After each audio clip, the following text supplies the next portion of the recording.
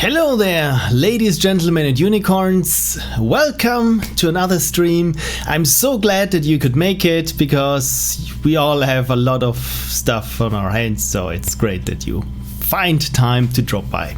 I hope I'm sounding a little bit differently than usual.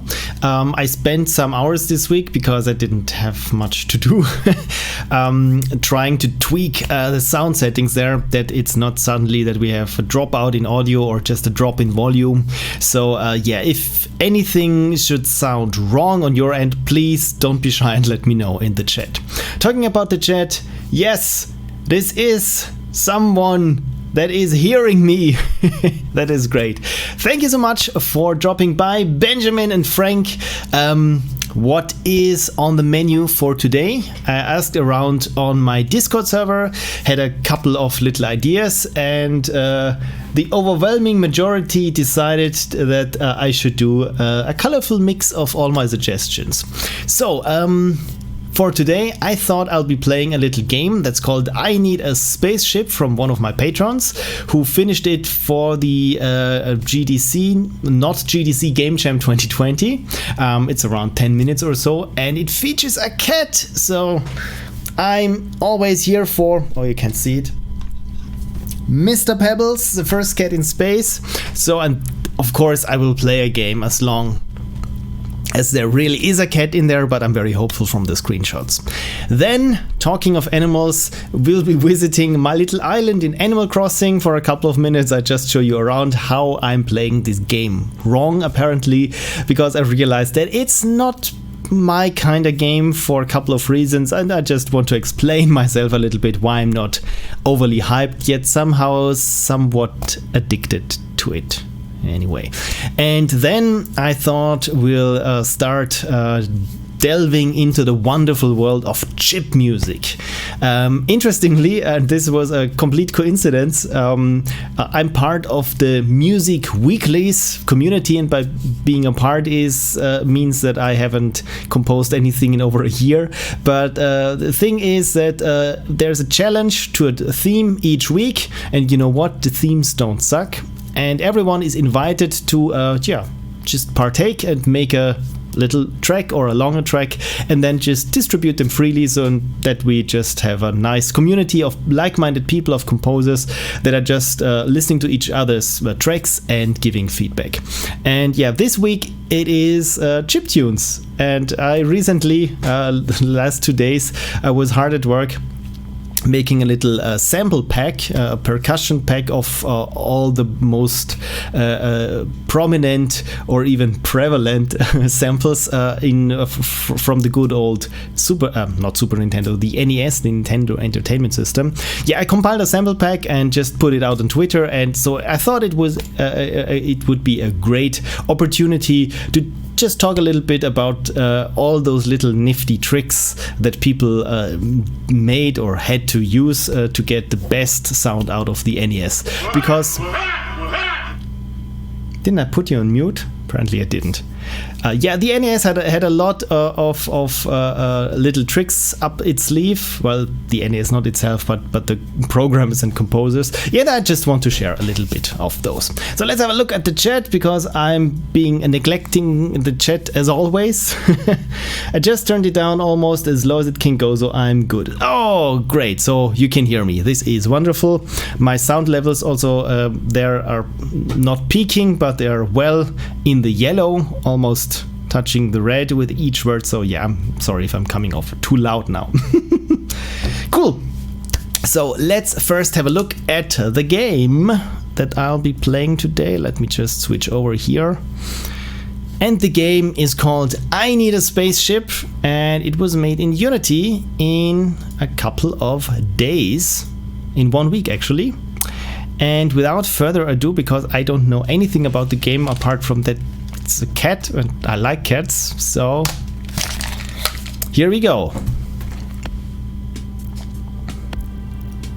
Oh my god, isn't this adorable? Is the cat just airboxing this? I like this already. So I Need A Spaceship, and the music reminds me a little bit of Stalker, which is great.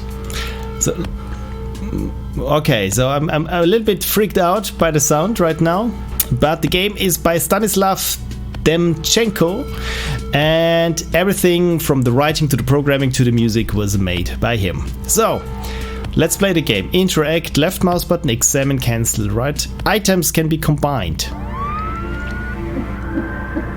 Oh wow, we get a cool intro video. This is something.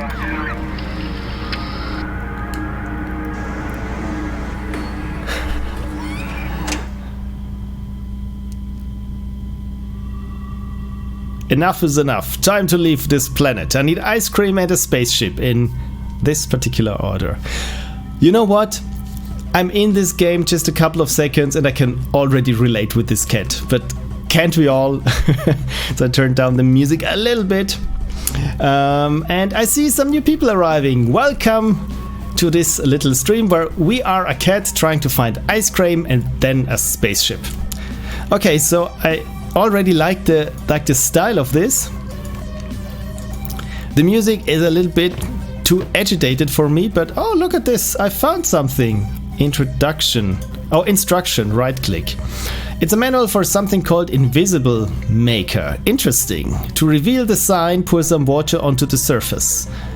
Okay, so I like the look already. It's got this little, yeah, like almost like a train model set something. I can't reach it. So it's empty. I took out the ice cream, which is great. So can you eat the ice cream? I ate the ice cream. Yeah, that's better. So much better. Now I need to get a spaceship, but first I have to get out of the house. Okay, but don't we have to do something there? No. Hate water, I told you. Okay, so we need to pour some water onto those instructions. But is the cat purring? Can you hear this? Oh, this is cute. I saw something in the chat. Spelling error.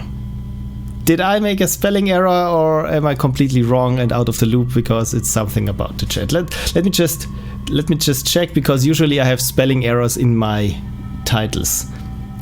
Animal Crossing and more. NES Chipmusic. Okay, so my title is good, so I hope I'm not completely out of the loop there. Okay, so I found some insulating tape. The best thing if you want to insulate something. And look at this. It's a calendar with a cat on it. Birthday! So the 19th of November is someone's birthday.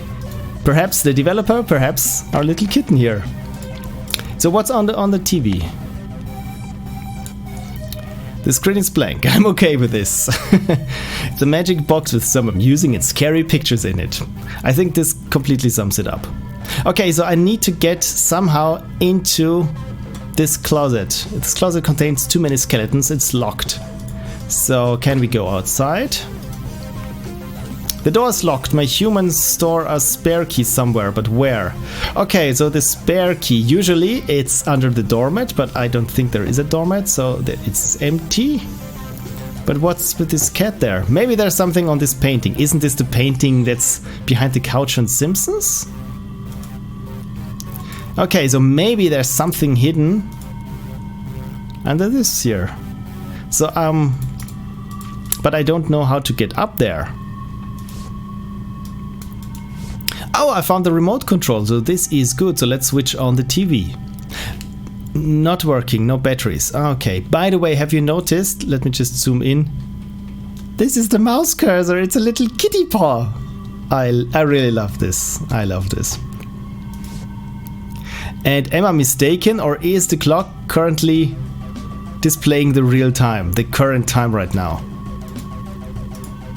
Okay, so what to do? Is there something in there? Or there's a skimmer. What can I do with the skimmer? Can I reach the clock now? Yes, I could reach the clock, and there's a battery for the remote control. So let's switch on the TV and see what it's there. Okay, so 1, 2, 3, 4, 5, 6, 7, 8, 9. No. On, no. Yeah, apparently didn't work. So I don't know what the combination for the TV is. Can I use the empty bowl on something? Maybe there on the painting? No result. Yeah, right now I'm in classical adventure gaming territory. I'm doing not the most straightforward stuff, just trying to elicit some kind of response. Okay, so maybe we can use the bowl for the water. Oh, I filled the bowl with water. Brr, I hate water. Okay, now we can put the instruction in the bowl with water. Yeah, it will get wet, but instruction says invisible marker, not maker, marker. To reveal the sign, pour some water onto the surface. Yeah, but where is the surface? Is this... Shouldn't make it wet. Maybe it's the calendar. Maybe it's the calendar. The idea is right, the place is wrong. Oh, thank you so much. So maybe then it's the painting because it's a boat, right?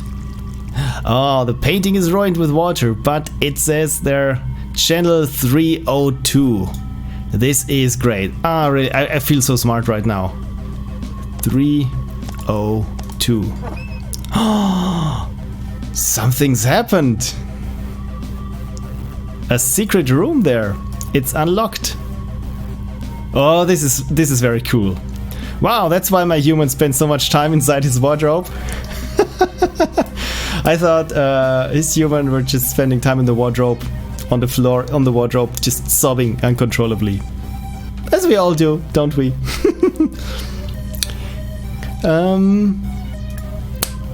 It's locked again, but it should be easy to break the lock. Well, is it? That was a mistake. Okay, let's hit it again. What's that? My human owes me an explanation. Better not. Lesson learned. Okay, so let's not touch this there. Oh my god, is this Winamp? Happy birthday. So it's the happy birthday song. And the birthday is, if I recall correctly, the 19th of November? Yes, it's the 19th of November.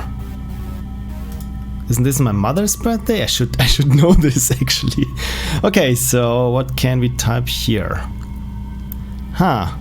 Does this look like something? It's not working. Okay, so maybe this needs power then. Man, I really like this game so far. It's got a lot to it. It's hard to break it. So many bones. If only I was a dog. When you click the cat, it says meow. This is so cute. Large box for goodies. I don't see a dial ring or a keyhole. But what's there? I can't open it with my bare paws. Okay, so we need the tools. It's locked, but I should easy to break the lock. This box is locked with some easy lock. One hit with something heavy will break it. Okay, so we need something heavy. We need something heavy. Okay, so what is heavy there? Oh, look at this. Maybe the cat statue? Can I pick it up? No. What else is heavy? Maybe the coat hanger? No. The screen is blank. Well, the fridge is heavy. Okay, so I think I've exhausted pretty much everything there is in this room. Oh, look at this! A shard. Apparently I didn't, but but at least, I mean, we have to think like a cat, right? So what do cats do when they see something sitting on a surface? They paw it till it drops. So we got a shard. So maybe we can pick the lock with a shard. Can we do this? No, I can hurt myself. Okay, maybe we can get the bone out here with a shard. Sounds like it works. So let's pick a bone here. And it worked. This was not very straightforward that we had to use the bone, but for some reason it worked. Okay, so the screwdriver, what can we do with the screwdriver? Alright, yes, we can open. I don't have screws. Ah, screw this. I need screws. What do I need next there? It's sealed with screws. And I got a screwdriver. Yes, it's sealed with screws, but okay, now it works. Apparently I was clicking the wrong thing. So the box opened. How can I fix it? Probably with insulating tape. Yes, the screen came on. This is lovely. Okay, so now what? It's 11:19. I heard a noise inside the safe. It's unlocked. Amazing. I feel so smart. So what's inside the safe? It's a key and 100,000 money. So many goodies inside. You know what I've liked also? If there was some kind of catnip inside there. Or just something that the human wanted to get away from the cat. Just maybe something, I don't know, a ball of yarn, because the cat would always unravel it. I don't know. So we got the money, we got the key, and we got the ice cream. So at last I'm free. That's the place where the adventure begins. The cat has built a rocket and traveled to space. He witnessed so many miracles, so many beautiful things, and in the end he found his home and new friends on Mars. But that's the story for another time. I like those transy synthesizer there. Is this a Roland 303? This was nice. I Need a Spaceship. So apparently the cat is on its great adventure, and you know what? We don't even know the name of the cat, which I think is a bit sad. Maybe give the cat a name that's not something you would give a cat usually. I mean, cats usually have names such as Kitty or Minky or something like this. So for this cat, I would name it Orangutan Claus. This should be a nice name for a cat. It needs a little take there. Okay, so there's a lot going on in the chat, so I hope it's not because you didn't see or hear anything from me. Secret passage. Yes, okay, so good. I hope I didn't miss anything important there on the chat, because as always I enjoy reading the chat after the stream, so a couple of hours late, and just seeing how stupid I was or how many references I didn't get or misinterpreted from the chat. So I think I'm good. Thank you so much for sticking with me. We got 7 concurrent viewers. This is almost too much. I hope you're at least 1.5 meters apart. At least your data packets are. Apart from that, let's continue with something that I've prepared. I hope it works, because you can probably see here what I am up to do next. That is, I want to show you around a little my island there. Let's switch over. Does it work? Yes, it does. And I probably have audio. I think I do, but I don't see anything, so I have to have to move things here around. Okay, so apparently, yes, this works, but I don't hear anything. Now I do. Okay, so let's switch on the lights. Welcome to my little island getaway. This is Animal Crossing New Leaf, and is it New Leaf? No, it's New Horizon. I've already said the title wrong. I'm so sorry. So I'm not. This is my first Animal Crossing game, and so far it feels like a mobile game, but without being able to buy yourself to some progress in a sense. So as you can see there, I have no idea how crafting works. Well, I do have an idea, but I don't have the enough recipes, as you can see there. All that I can do is craft some shitty housewares that look like I came straight out of, I don't know, a survivalist camp. Got a log round table there, or some stone stools, or a garden rock. Yeah, this is nothing, really nothing to brag about. So the most civilized thing that I can build is a wooden end table, which I did, and a shell fountain, but I'm not the kind of guy who would enjoy a shell fountain. So yeah, I got a very trashy, very very low-key set of furniture, and everything else that I managed to get somehow that was at least above medieval times development stage. So this is what I put in there. So it's ugly, it's horrific, But one thing that I enjoy so far most about this game is that you can do some pixel art there with your custom designs, and I already painted there my wife and a Mona Lisa, because as always, try your hand at a Mona Lisa. Why not? Why start low when you could try to recreate the world's most famous painting? And of course, some nice logos. And yeah, some pop art.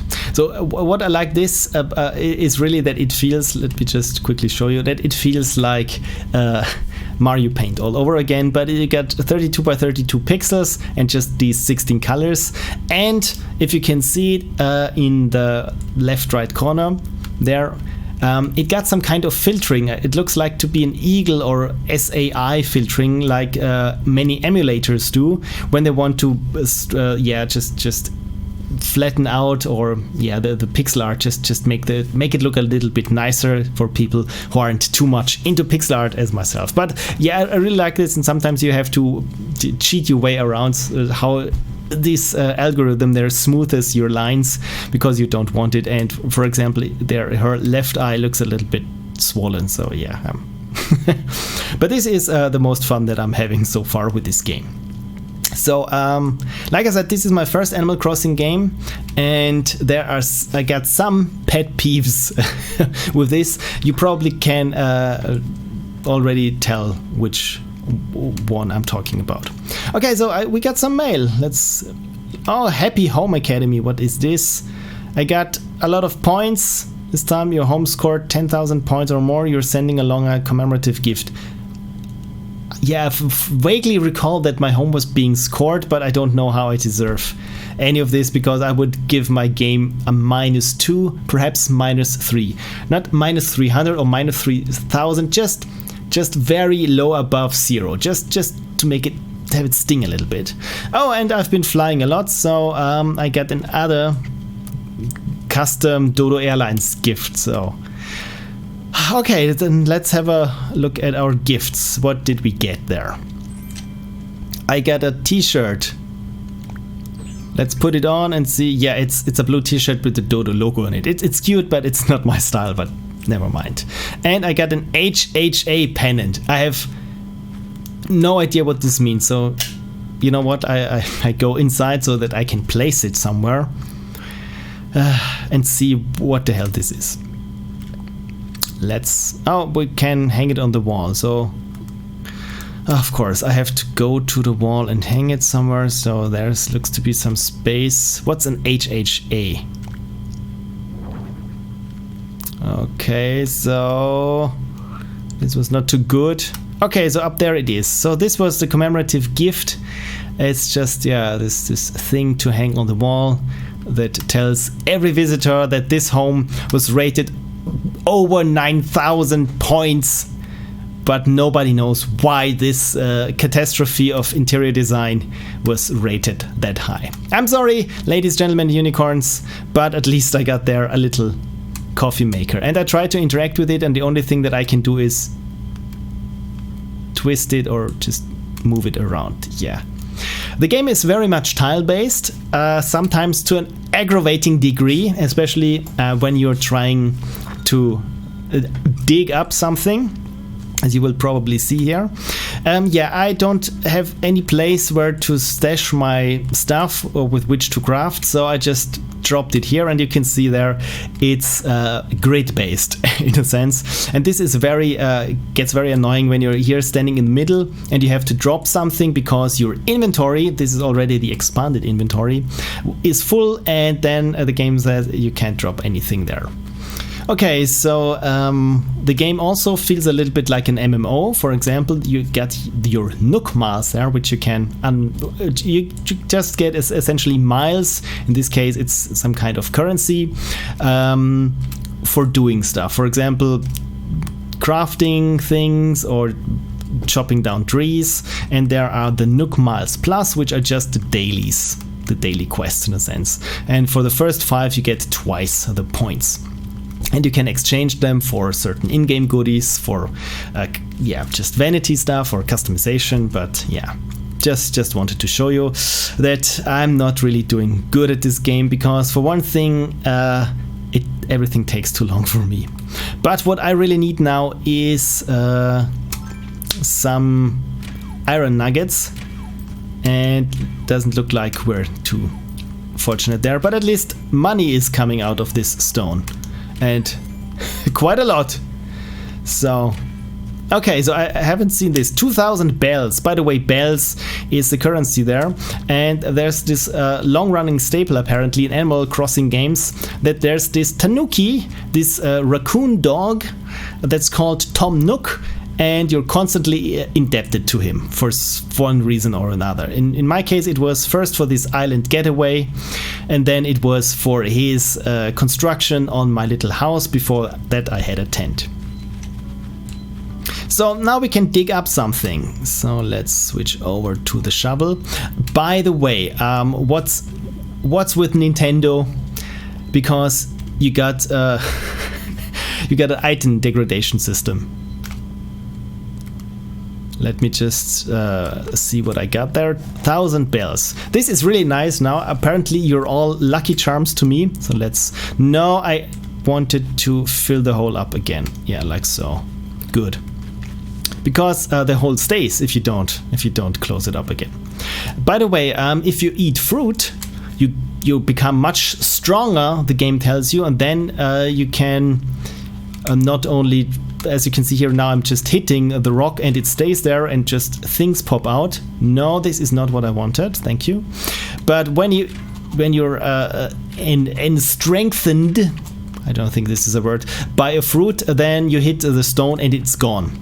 And they don't grow back that fast. So, and I need a lot of iron nuggets there for another quest. And of course now I'm running out of stones. So yeah, this is the museum there. We're not going to go in there. And yeah, this is, if you don't know this guy already, this is the tent of Tom Nook and his assistants, I think. So they're disarmingly cute. You can't stay mad at this loan shark, because for one thing he doesn't charge you interest, which I think is very, very merciful. And yeah, let's talk about my home. Let's talk about it. Yeah, he can't take any expansion requests because I still need to pay up my loan. Okay, so first let's check this ATM here, because for each subsequent day that I'm logging on, I get miles. Doesn't this reek of free-to-play games there? So let's, you know what, let's repay some of our loans. So I still have 200,000 bells standing, and I got 44,000 bells in my pocket. So you know what, let's pay 40,000 and confirm this. But I have to say, for all the things that I hate about this game, yes, it's very charming. It's incredibly charming. It got this Nintendo quality to it. It's like this modern Nintendo formula in good as well as in bad. In good, like I said, it's incredibly cute. It's technically, it's very well designed. Also, yeah, very pleasing to look at.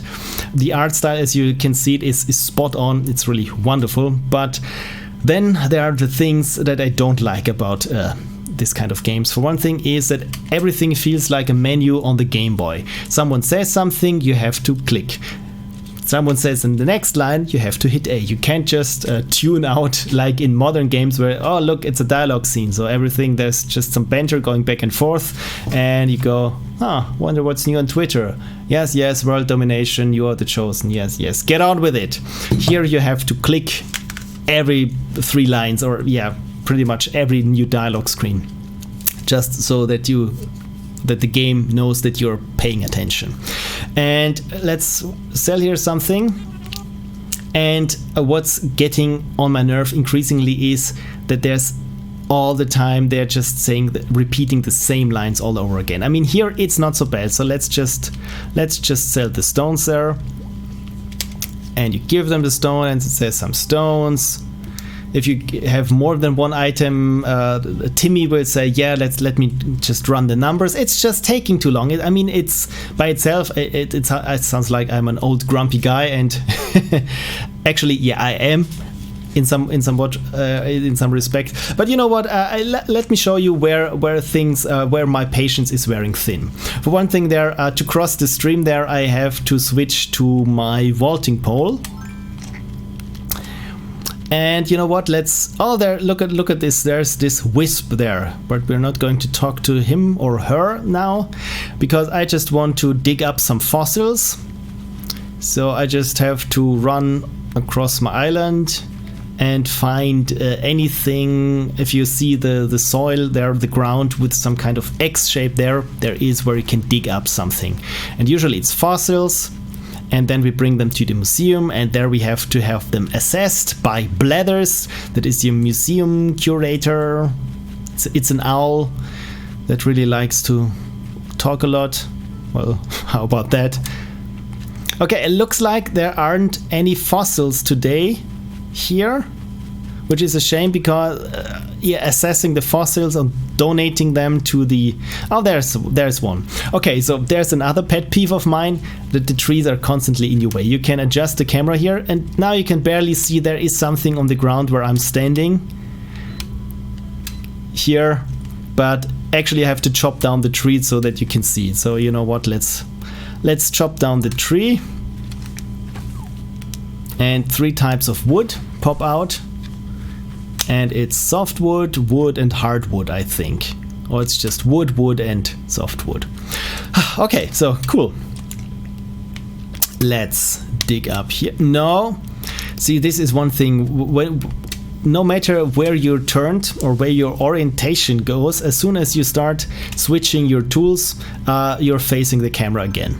Like I said, it's really not much, but those things, it just keep piling up, and the longer you play, the more it gets on your nerves. Like every time your character says, look, I found a fossil. Okay, so there they are. No, wrong.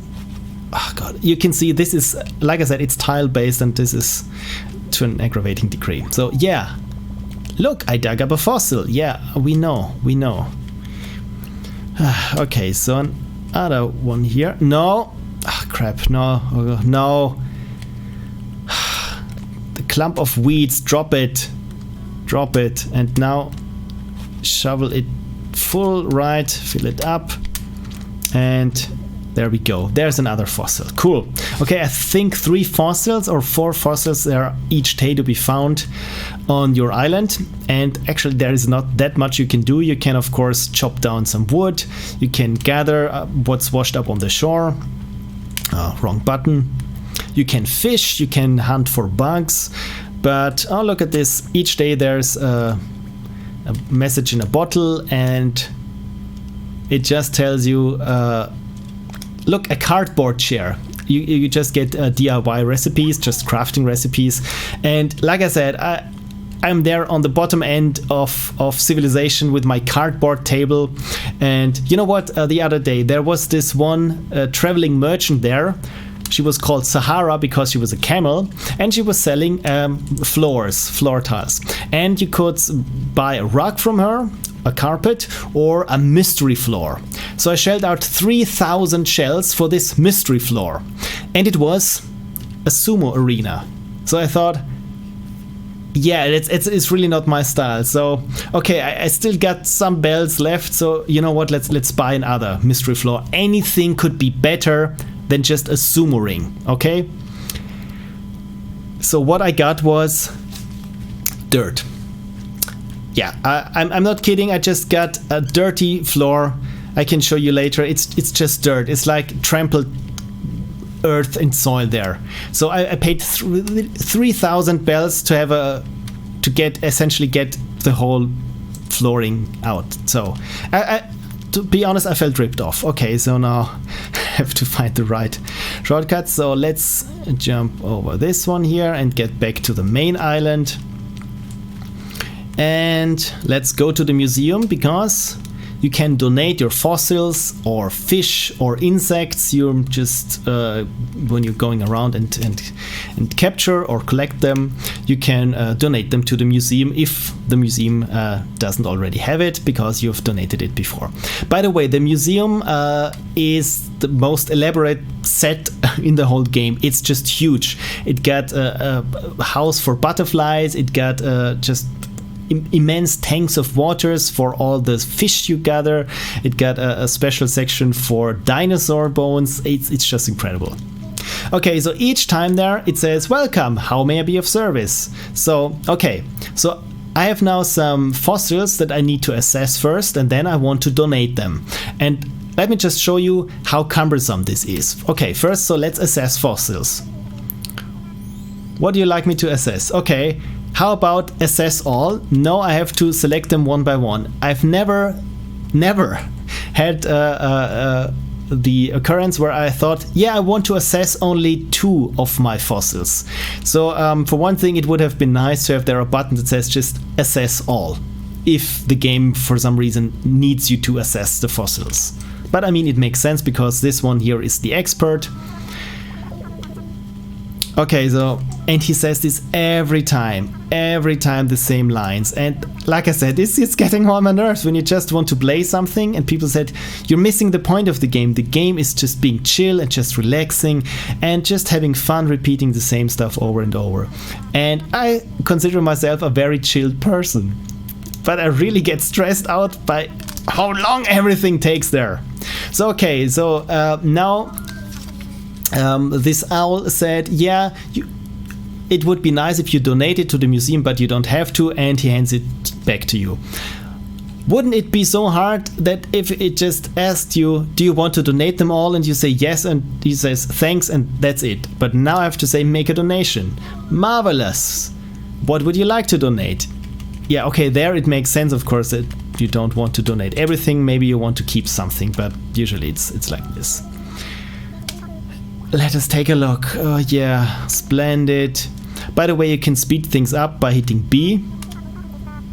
And this is the speeding up, but you have to each time enjoy the rest of your visit. Yeah, each time, like I said, it just keeps it keeps accumulating time. Man, like I said, maybe I'm just overly spoiled by what today's sensibilities are in games, where it's really got all those quality of life improvements. And I find it really interesting that this term quality of life for your game hasn't been around for decades and only it feels like only in the past year people came around to thought, yeah, maybe we should value the time players spend with our game much more and only reward them with the real fun there. Look, now I found another fossil. Okay, so I want to assess this fossil as well and donate it to the museum. So let's run all the way back there. And essentially there is not much else to do in this game. I mean, you can fly to other people's islands and visit them there. And I think this is the whole point of the game, that you just constant contact with your people on your friends list and visit them and bring them little presents, and they bring you something to your island. And in the end, just through this collaborative effort, everyone unlocks pretty much everything the game has to offer. And the other point of the game is that it really feels like some kind of getaway, that you're in it for the long haul. Man, he's still talking.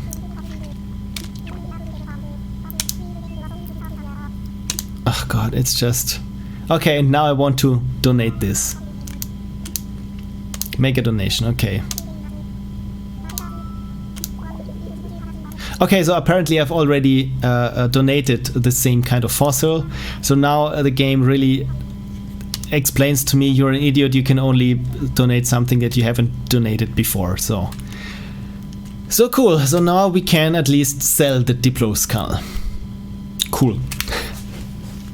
Okay, so I'm really getting grumpy here, but let's focus now on what I really like about this game. And for one thing, like I said, it's the graphic. It's this very wonderfully designed. It reminds me, for some reason, it looks so Japanese, like Japanese print design of the 90s. For some reason, it got those very pastel colors, those round corners. everything is very soft and friendly. If this was the wrong one here, just look at here the island map. I mean, this is how it would look like if Google Maps was a Japanese thing there. Everything would pop up there. I mean, this is it's so cute and polished there. But it just takes too long. It just takes too long. So okay, I want to sell something. I want to sell. What are you offering? Well, I'm offering some wood, Diplo skull, and some snails. Confirm.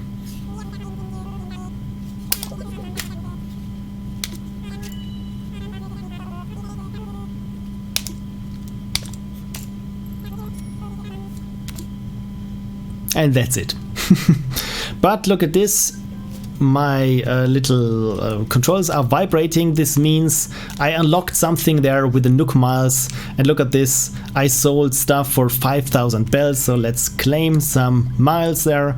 And for the miles, for example, I can buy a ticket to fly to a mystery island. It's just a randomly generated island with randomly generated trees and yeah, just resources that you can harvest in case you run out of resources in your island, which happened to me very early on, because the game said, for island prettification purposes, just bring in clumps of wheat and we will pay them. We'll pay you for them. Clumps of wheat, by the way, just let me show you, are those things there where I'm standing now. I at first I thought, oh look, it's just some clovers and flowers. This is cute, but the game calls them weeds and wants you to get rid of them. And what did I do? Well, I ran around before I had this vaulting pole, which also needs time to unlock. I ran around this part here of the island and picked it clean of all the weeds and sold them, and then I got a couple of thousand bells and thought, yeah, this is really getting somewhere. And then I got the first crafting recipes that required weeds from you, and I had to collect my bonus miles to fly to a different island where I was just able to collect weeds for this one here. Yeah, and the other thing, like I said, everything takes time there, and this is the purpose of the game, that you just learn to be patient. If you, like I said, you start out in a little tent, much like this.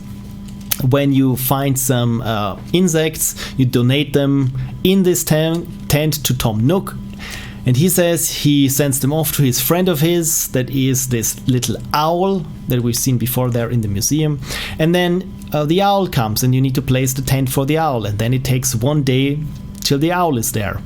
And then you need to donate, I think, 15 insects or animals or fossils. And then Blather says, yeah, it's time to open the museum. Then you have to wait another day for the museum to open, during which you can't have any kinds of assessments for your fossils, or you can't donate anything. And like I said, this is already the expanded, wrong button. Also wrong button. This is already the expanded inventory, so everything was just piling up, and then you're just placing stuff around the site for the museum. And like I said, it just feels so cumbersome. But if you come back each day, just play for an hour or so, I think this is the intended way to play. And this is when I realized probably this game is not for me. I like to have my games with a lot of intensity, and then where I can just binge on them. And then after 10 to 20 to, I don't know, 40 hours, I'm through with it. I can put them aside and say, yeah, this was a nice experience. So let's have a look at the chat and see how people are trying to get my attention and saying that I'm doing things incredibly wrong. How dare they? Apparently, you're already mocking me. Cardboard is fairly advanced tech, I'd say. Yeah, okay, I give you that. It's advanced tech, but it still looks like it looks cheap. You know what? All I want is just a nice wooden table, nice wooden paneling or something. Just get some bookshelves in there and a place to read. This is all I'm asking for. And what have I got? I got a Minecrafty rug, a carpet, which is, I think, yeah, it's the nicest thing that is in there. Some kind of catching mitt chair there, which is funny. A director's chair, a candle, and a dryer or a washing machine, which is not that much useful there. So okay, so this is, by the way, this is now here the design view, where I can just take objects and move them around.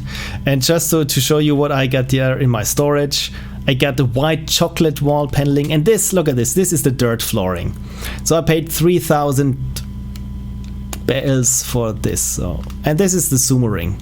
So it's better, but yeah, the default pine board flooring was already good with me. And then I got some shirts there in the blue carpet and ticket, and yeah, it's pretty much it. Oh, look at this, but at least I got a Switch. Nintendo sent me a Switch because apparently in all their games there needs to be a Switch in there. I think there was a Switch in the latest Pokemon game for the Switch, and in Breath of the Wild, this Sheikah Slate that Link is holding, it's a Switch. It's a Switch. Yeah. And this is my short little round trip of my island in Animal Crossing. It looks like everyone else's, probably a lot worse, but there you have it. I hope this wasn't too boring for you, just me ranting for 20 minutes about a game that was not made for me, so yeah, take it for what it's worth. So let's switch back to this ugly gray desktop. And I think I should switch off now the switch, because you probably can still hear the fire crackling. Isn't this right? So let's hope that this works. No signal there. Cool. Okay, so if I'll be watching the chat now for the next half minute. So if anything you want me to know that right now and not afterwards when I'm watching my own stream, just going through the chat, please write it again so that I'm not missing anything. And in the meantime, as always, when I say unicorn, let's have a sip of water, which I neglected before when I said unicorn while I was playing. Sorry. Man, I'm preaching and then not living up to it. So the next thing that I'm very excited to show you is all those little tricks and stuff that goes, and knowledge that goes into making NES chip music, how the approach to making music on the system changed over the years, and how to recreate something like this yourself in an app or a program like the FamiTracker, which I will also show you a little bit of what it's done. Okay, the chat says, we didn't try to say anything secret. Absolutely not. This is good, because secrets are best buried on page 2 of the Google search results, or in one of my live streams with 8 concurrent viewers. But like I said, hey, this is a lot more than I was having before. So I'm very grateful that you're all here in your quarantined, self-isolated mindset, because we all need a little bit togetherness without being actually together. So a random question in the chat: is there any best place to go for information about older game consoles? Depends on what you're interested about in game consoles. Are you interested more in how much is it worth if you want to sell it? Or how to program it, what games are there for, how to do graphics for it, because there are a lot of resources, and by far I don't know all of them. But just a shout out to a very cool channel there on YouTube. Let me just see if I can find it. That really goes, it's incredibly well made videos that really goes into detail about programming the Super Nintendo or some Game Boy games, how, for example, how the certain cries of the Pokemon were implemented and how they differentiate, get different but still safe on ROM space, and where there are little glitches in there. It's very well explained and very entertaining. Let me really just find my channel there, and from there, for my suggestions there, it's called Retro Game Mechanics Explained. Let's bring it up there. A shout out to this wonderful, great channel. Yeah, I should sign in. Yeah, internal ROM header. It's like a course essentially in getting to understand how the NES works, or how certain tricks here in the Pokemon game for the Game Boy were achieved, and so on. Controllers, how to read memory mapped inputs, like such as the controllers, color math, because the color of the Super Nintendo is a little bit different. You would think it's RGB, but it's not. It's different. So yeah, this is really a great resource for this. Anything, honestly. I've started this small project where I have an interactive archive of sorts where you can learn information about game consoles and stuff. My older ones are mostly older ones. Okay, I'm writing that down. Cool. So maybe this helps you. In general, really, if you go to Wikipedia and then just follow the related resources, it's a bunny hole. You can get lost there, actually. And the other thing, in terms of, like I said, when you're more into programming, there's this the NES Dev Wiki here, which is exactly that. It got the complete reference for the NES. Most of it is reverse engineered. There are some tutorials there. Every couple of years I try to get started with this, but yeah, this is a lot of very in-depth, down-to-the-metal knowledge. And like I said, but Wikipedia today, especially with nerds like us, who really got a lot to say about old hardware and old consoles, the infos you find on Wikipedia is actually pretty top notch. So I've learned a lot of stuff in the past years from Wikipedia articles, because the first time that I looked at them was like 10 years ago, and the articles were, yeah, Super Nintendo is the successor to the NES, the end. And so yeah, those pages have grown quite a lot. So I think you can find a lot of stuff related to game consoles just from taking this as a launch pad and then going off into all those nerdy little side avenues. Cool. Okay, so let me switch gears now that we get to the interesting part.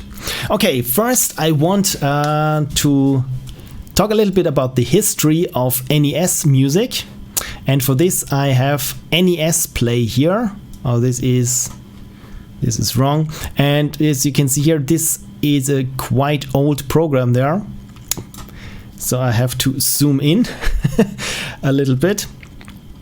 So this is a NSFPlay that says not safe for play, apparently. No, NSF stands for the Nintendo Sound Format. It's not actually from Nintendo. This started, I think, around in the late 90s when the first people were ripping NES music, and this became the de facto standard for Nintendo sound files. So essentially what it contains is just the registers at each given interval, like the NES, the NES sound chip, the what's it called? I always get it wrong. The 2A03 chip. It's a Ricoh. Actually, it's a 6502 instruction set, but it got a lot of more registers and memory mapped I/O and stuff like that. I'm not going into those details.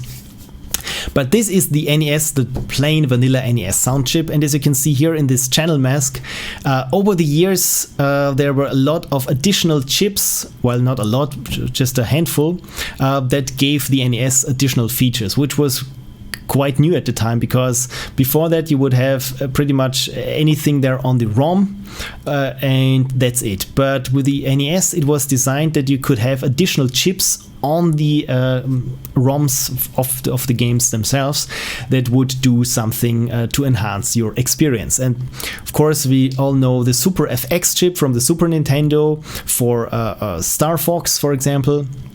So they really took this idea that you could have expansions to the actual system inside the game ROMs and just ran with it. And this started with the audio chips there on the NES. So the first thing to know is the NES sound chip got a couple of channels, very basic ones. It got 2 oscillators for square waves, 1 for triangle wave. It's just a 2 or 4-bit triangle wave, a noise generator with semi-random noise, and a DMC, that stands for differential pulse coded or pulse code modulation, which is just sample playback at 2 bits. It's very low quality, it's very noisy, but for percussion it works. But some games you might know where they have some kind of sound samples One thing that comes to mind is Hammering Harry, where at each level or each time you lose a life and then start again, it says, "Let's get busy!" And those kinds of things you could only achieve with this pulse code modulation. And FDS is the Famicom Disk System. This was only for the Japanese, the NES, the Famicom, that had an additional chip, and most Famicom games that came on the Famicom Disk System, which was just a floppy disk for the NES, quite weird actually, made use of this chip for their music. So you probably know what the NES sounds like, but I just want to give you a little bit of an overview, and let's start with, maybe you've heard of it, it's called Super Mario Bros. By some guy called Koji Kondo or so. Maybe I should also get my headphones back up. So, and what I want to do now is, for the appreciation of the music, I will disable individual channels. For example, let's only listen at one square channel.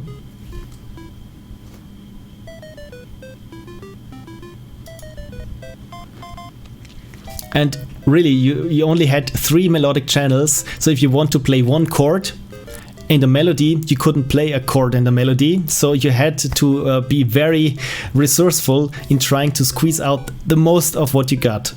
Now, usually it worked like this, that many composers use those 2 square channels, like we can hear now, for some kind of harmonized leitmotif or main melody.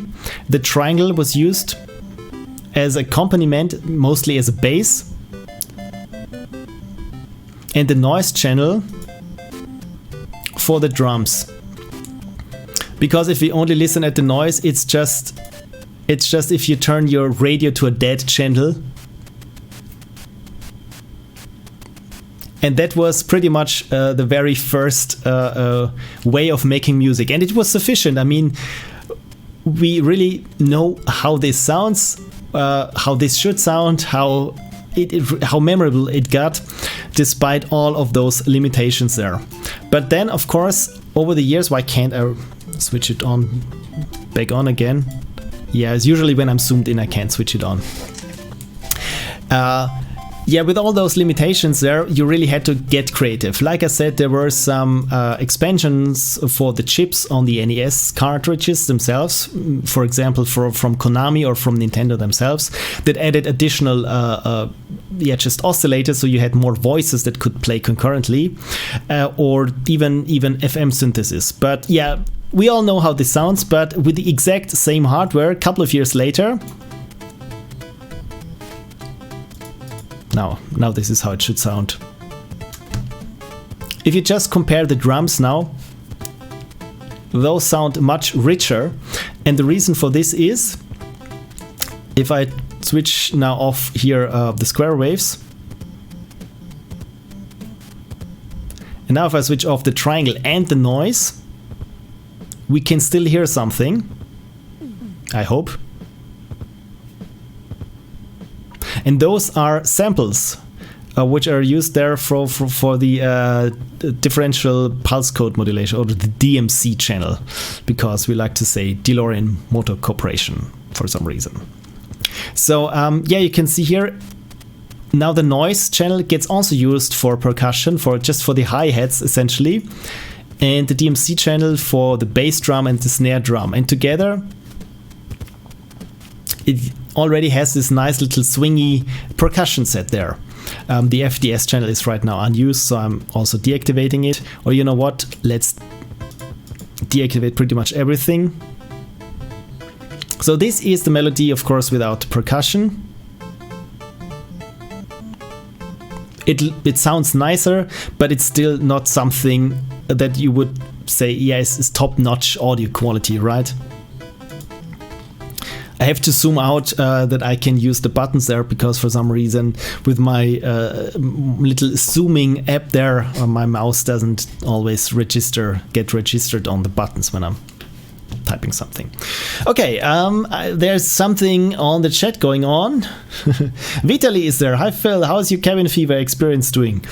By the way, I'm not experiencing it, it's like, I mean, for most of us, probably it's just the same thing, which is indoors a little bit more than usual. But I'm doing fine. I'm not having too much of a cabin fever. Sometimes I'm missing going out to the cafe, but I'm good.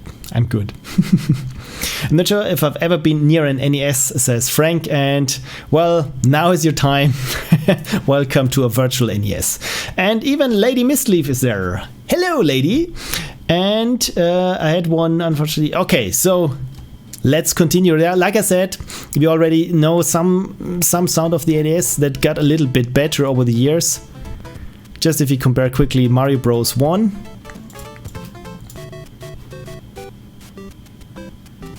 Where, yeah, it's not very articulated, and this one already sounds a little bit more like music. And I want to jump straight into something that's quite sophisticated in terms of composition as well as instrumentation. That is Castlevania 3. This is the US version. I will compare it now later on with the Japanese version, but just that you see the difference in what you could tease out of the system.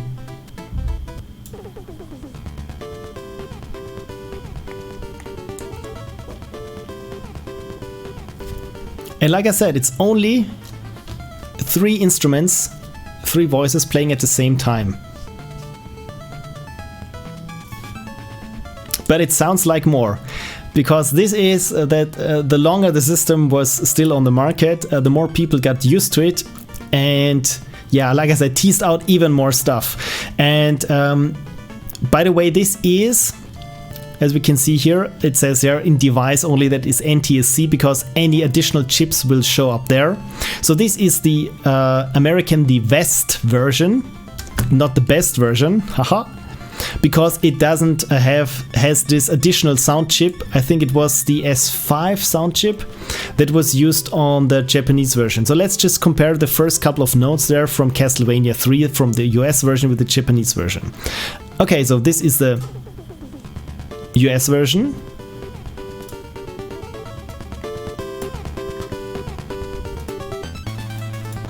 And now the Japanese version.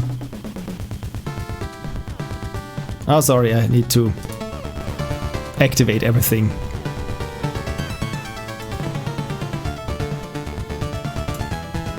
It sounds much fuller because it got the additional channels there from the VRC6 chip. By the way, this is, as you can see here, there's also a VRC7 chip. The 6 chip just adds 2 more square channels and a saw channel. So this means we got, instead of 3 voices, we got up to 6 melodic voices playing, where am I now? God, at the same time. So there was already some kind of development.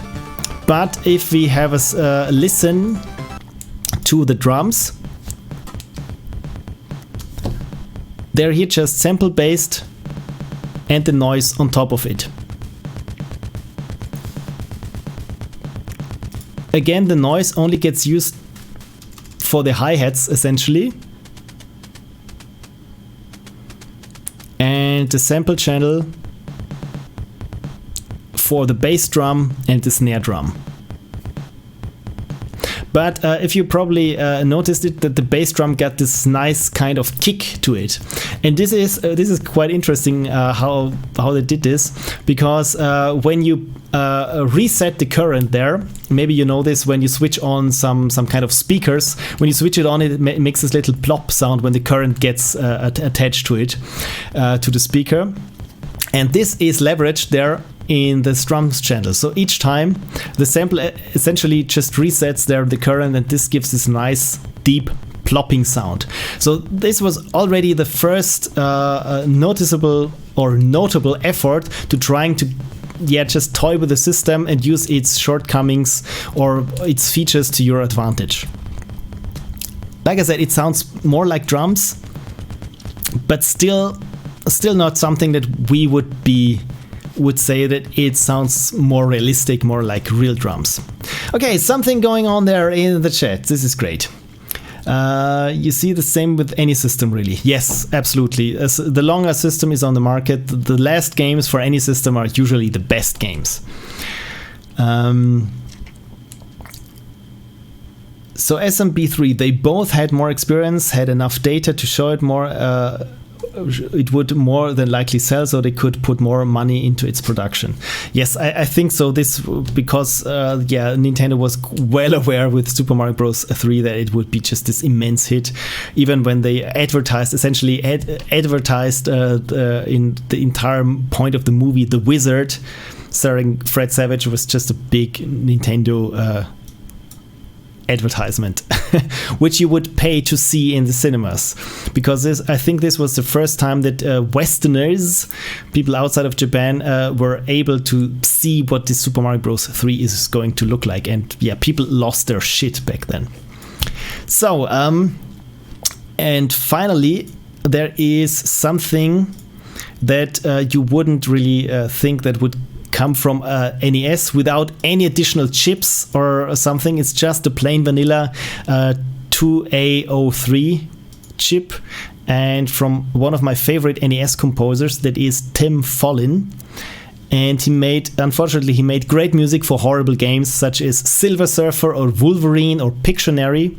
And I want to show you just something there from Silver Surfer, because this music is just packed to the brim with everything that the NES could do.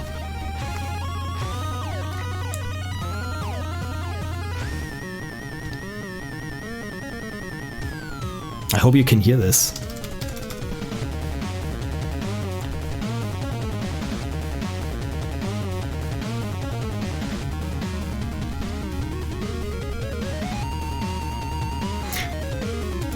I just switched off now the sample channel because no samples are used. It's just 4 voices playing at the same time.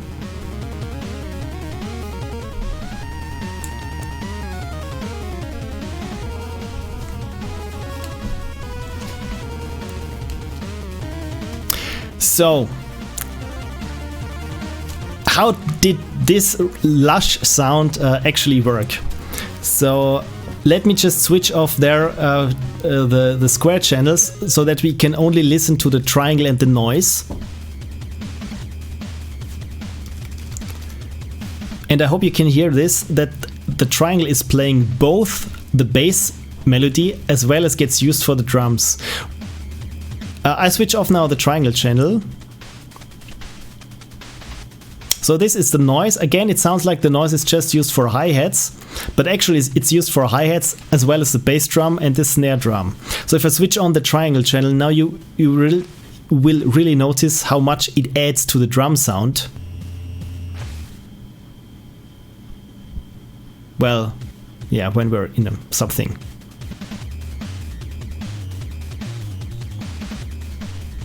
So the snare sound, and for the matter the bass drum sound, gets actually created by this combination of triangle and noise channel, which I think is really something. Let's have a listen to another song from the same soundtrack.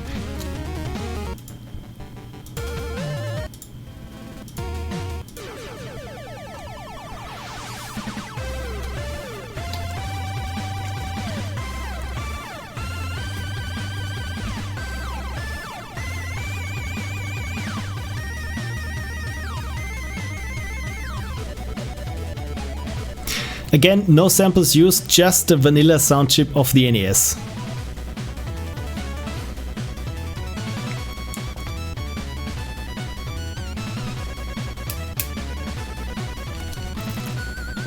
So, how to get to this sound, and what other methods were employed to get, like I said, the most out of all the channels that you had.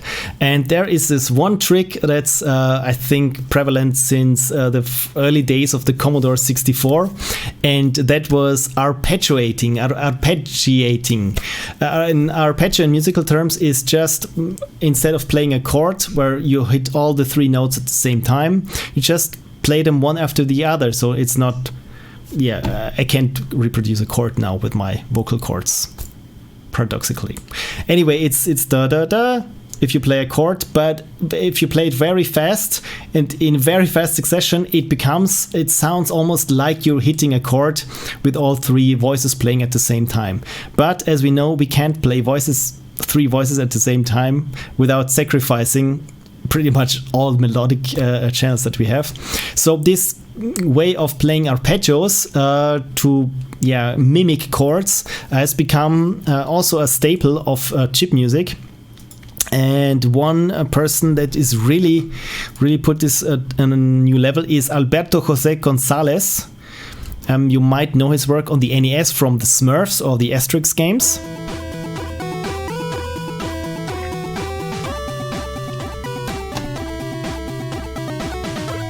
And you can hear on each beat that it actually plays a little arpeggio.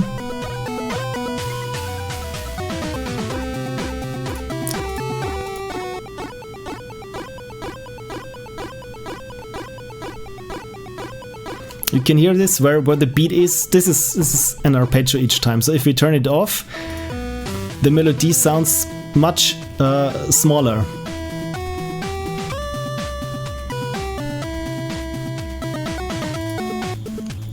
And also, he's using the triangle channel to fatten the sound of bass drum and snare drum.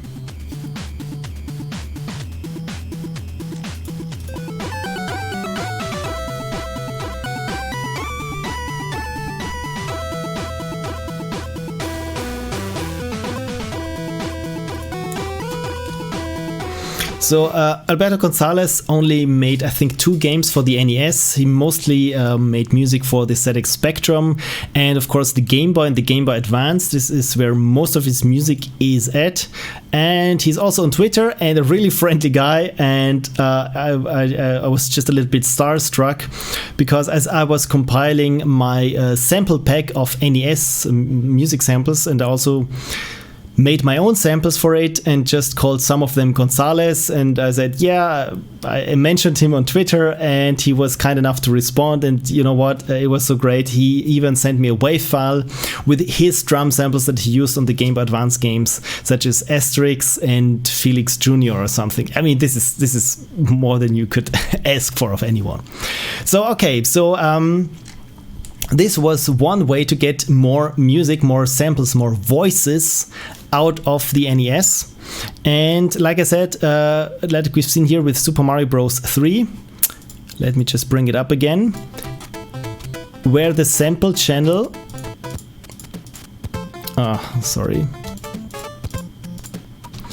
where the sample channel was used for percussion. But there was another company by the name of Sunsoft that thought to do it something differently.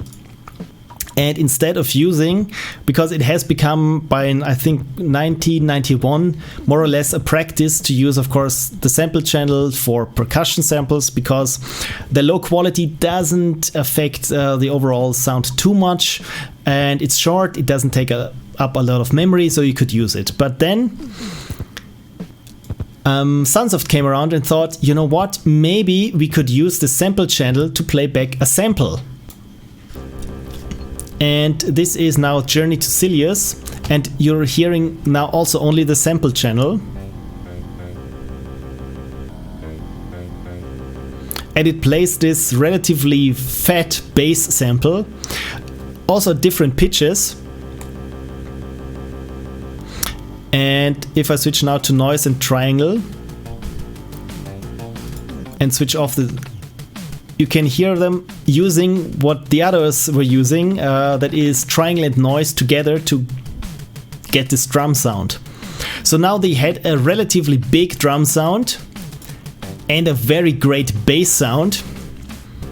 And on top they could layer the melodies and had pretty much 2 square waves unaffected that they could really use to their fullest to make, yes, music like this. Maybe that's not the best track to showcase. Yes, pretty nice though. Let's switch to a different track there. Again, sorry that I have to zoom in and out all the time.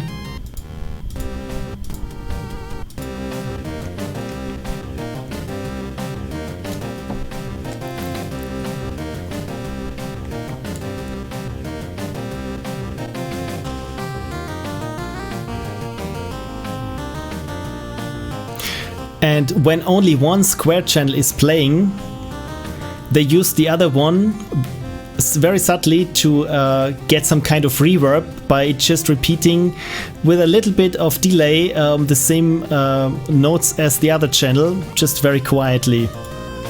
If you only listen there at the square channels,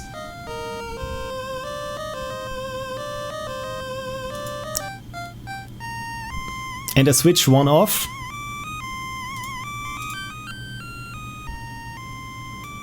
they play the same melody, just a little bit apart of each other.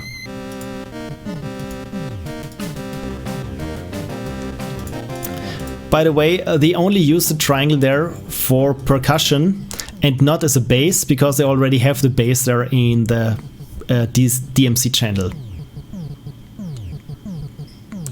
So this is just a triangle channel for percussion. But with noise, it really sounds actually quite good.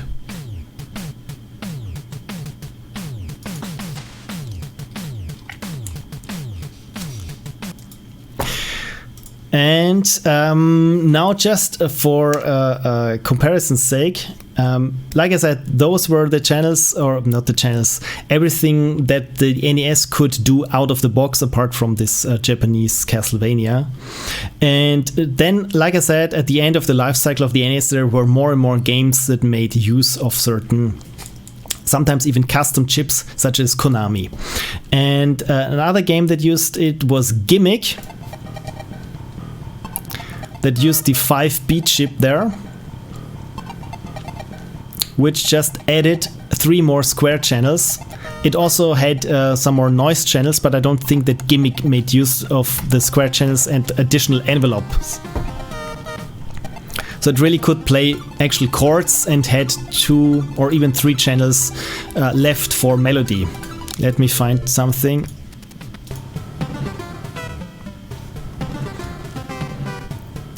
And there they also used, let me just,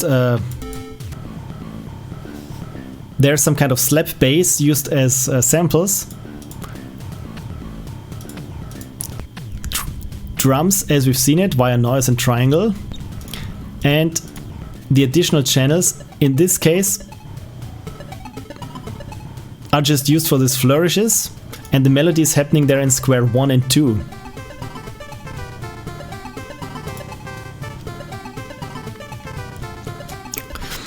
And then, of course, then along came Konami with the VRC7, and in Lagrange point, listen to this and tell me if you would assume that this was actually an NES game music.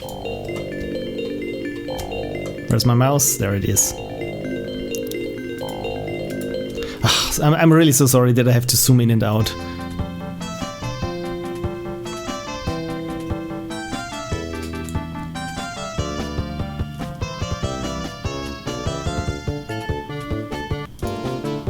Yeah, none of those tracks actually sounds like an NES track. And why is that? Of course, the VRC7 chip had here 6 channels, and in effect it was a frequency modulation chip. In a sense, a Sega Genesis Lite, as you would say. So when we turn off all those additional voices there from the VRC7 chip, what remains? From the original vanilla NES chip, they only used the noise channel for percussion. And of course the DMC channel for percussion samples. But if we skip to the next song, oh man, I'm zoom out, zoom in, I hope you're not getting nauseous. But yeah, it's just percussion, and all the rest happens here in those additional channels. So to summarize in short, it's quite astounding of where the NES music went over its life cycle of almost 10 years since the Famicom came out. How much different composers tried to milk the system to get the fattest sound, the most lush audioscapes out of essentially the same chip that they had in the first point.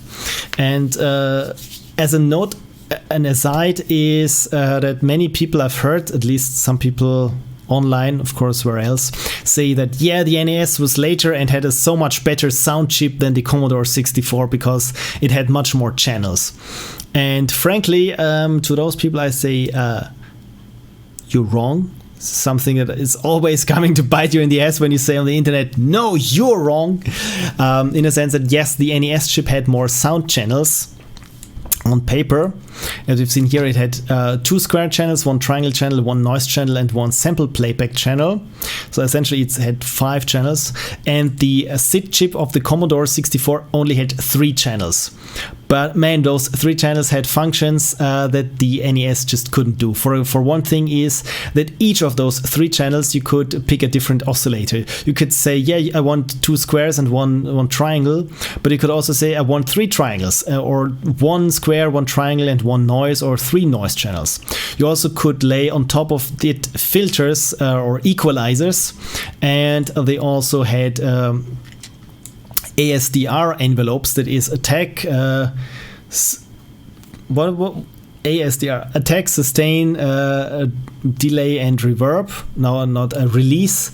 Man, I'm really, I always call them ASDR and don't know what actually or don't recall right now what the actual letters stand for. But you could shape the waveform much better than in the NES. And the most interesting thing that you could do on a Commodore 64 that you couldn't do with an NES is that you could shift the duty cycle of your square wave. You could also do this with the NES, but only in 4 stages. I can show you right now what this actually means. When we head over to drum roll, man, where's my drum roll? I closed my drum roll. When we switch our efforts now to creating some chip music of ourselves, just a very short, very basic thing, just so that you know how chip music is made nowadays with programs such as here, the FamiTracker. There we are. So I get back to this comparison with a duty cycle and what this means in a bit. But first, the FamiTracker is pretty much my #1 go-to when it comes to making NES chip music. I've tried making chip music for the Commodore 64, which was in one way really liberating and in another way just infuriating. I tried making chip music for the Sega Genesis, the FM synthesis chip, Game Boy, but from all the systems I had the most fun and still have the most fun with NES music. And this is what you can use FamiTracker for. FamiTracker 4, and not for the number. You know what I mean. So for those of you who have worked with trackers, music trackers before, this looks very familiar. If you haven't worked with music trackers, this looks incredibly cryptic, perhaps. So let's just open. I can't click something when I'm zoomed in. So let's just open one of my countless songs that I made over the years. Where is something that's interesting? Yeah, I've look at this. I've remade the MacGyver theme there, and this is usually how this tracker looks there in when you're producing something. Okay, so what we have here is essentially you can see this here. Once you hit play, this thing starts running from top to bottom. And when I hit stop, so each of those columns here represents a different instrument or oscillator. So we get there our 2 pulse channels, our triangle channel, our noise channel, and our digital sample channel there. And of course, as you've seen here, I should zoom out a little bit that it's not getting too much there. It's numbered here in hex numbers, and you can say how many rows you have per page. Is it called a page? What's it called here? Is there a tooltip? It's not called a page, is it? I can't click anything there. You know what? Let's try something. That I will change now the display resolution of my main display. And I hope that OBS doesn't crash while I'm doing this. So let's change it to something horrid, like let's go with 1080 by 720. So now we're constantly zoomed in. Let me just check OBS. Yes, it still works. So I hope you can see this here and follow along. And it allows me to click something. What? No. Oh, damn it. I should have clicked OK there. Yeah, my mistake. Sorry. Let's do this again. There we go. Yes, keep the changes. Sorry, this was my mistake. Okay, so each column stands there for a different instrument, and one of those, I call them pages, let's call them, it's a pattern. I'm sorry, it's a pattern. So each pattern there consists of 128 rows. Why this many? Because it's set here in the song settings. So it just loops all over. Usually it's just, in musical terms, you would make this 4 bars long, and then it just keeps looping. But what we have here is essentially a mini map. This specifies the patterns over time. So the first pattern is the pattern number 0 for each instrument. So as you can see, I click here, and on each channel there, the selection just keeps jumping around.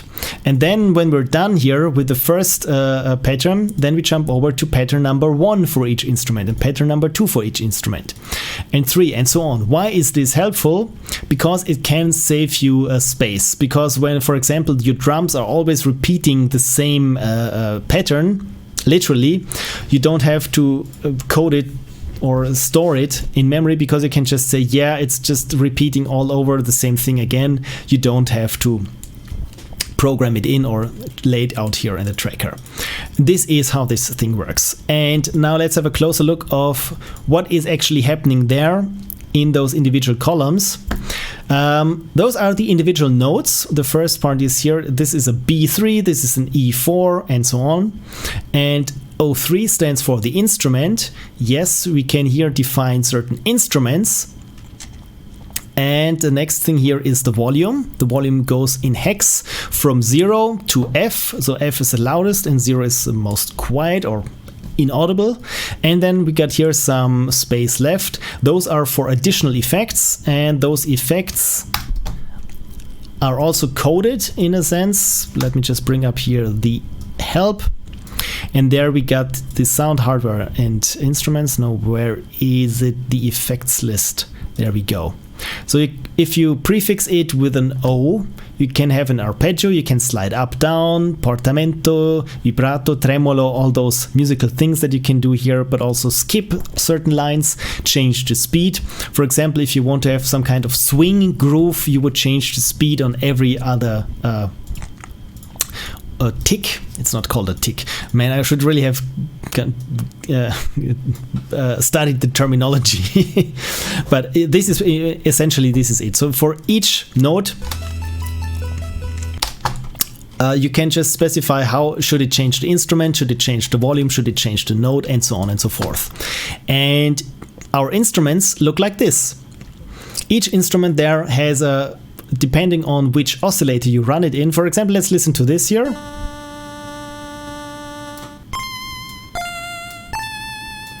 And now I'm here now on the pulse channel. When I switch over to the triangle channel,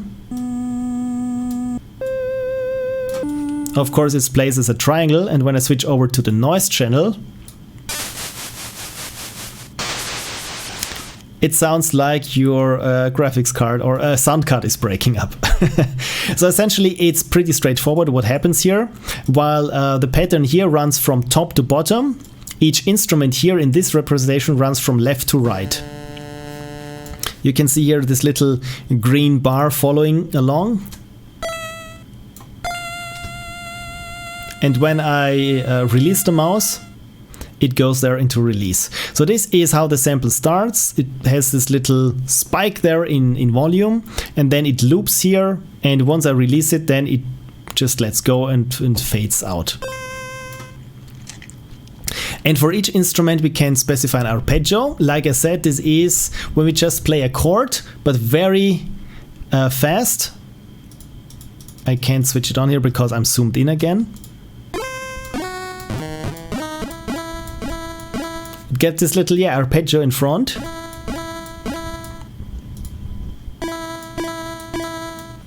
Then of course we can change the pitch. It got this little wavering there at the end. So let's just, for demonstration's sake, change it up here that you really can hear it. Well, you should be able to hear it. Let's make it 15 and -15 so that it's really audible. That we're changing there the pitch. Then of course there's high pitch, which is pretty much the same, but in absolute terms I think, and the duty cycle. Okay, to explain the duty cycle, I don't save this and I make just a new instrument. And when I make a new instrument, I just say here the volume stays like this, and the duty cycle essentially tells you, okay, now we're getting into the field of electronics here. So let's fire up MS Paint. There we are. So if we were to look at this sound there on an oscilloscope that just plots the waveform, it would look like this, and by this I mean, bear with me. So this is how a just want to make this. I don't want to change this. No, just okay. So right click deselects it. No, it doesn't deselect it. Okay, so this is a square wave as it appears on the vector scope. And actually this is not what we're hearing right now, but if you have it like this, so it's your run-of-the-mill electronic sound, because this is how the wave looks like, minus those little specks there. And the duty cycle is now, let me pick a different color here, is now the space between those troughs and those peaks here. So if I were to change now the duty cycle, it would look like this. Also here, of course, it would be smaller, because now those troughs would get longer, and this would sound like this. Let's compare it.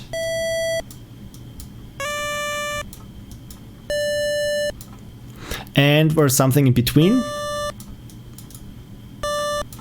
And as you can see here, the NES has only 3 different duty cycle settings, which is not enough to make it live up to what the Commodore 64 can, because the Commodore 64, you don't have these discrete steps where you between your troughs and peaks, but you could pretty much widen this duty cycle, the space between the peaks, could widen it ad nauseum even.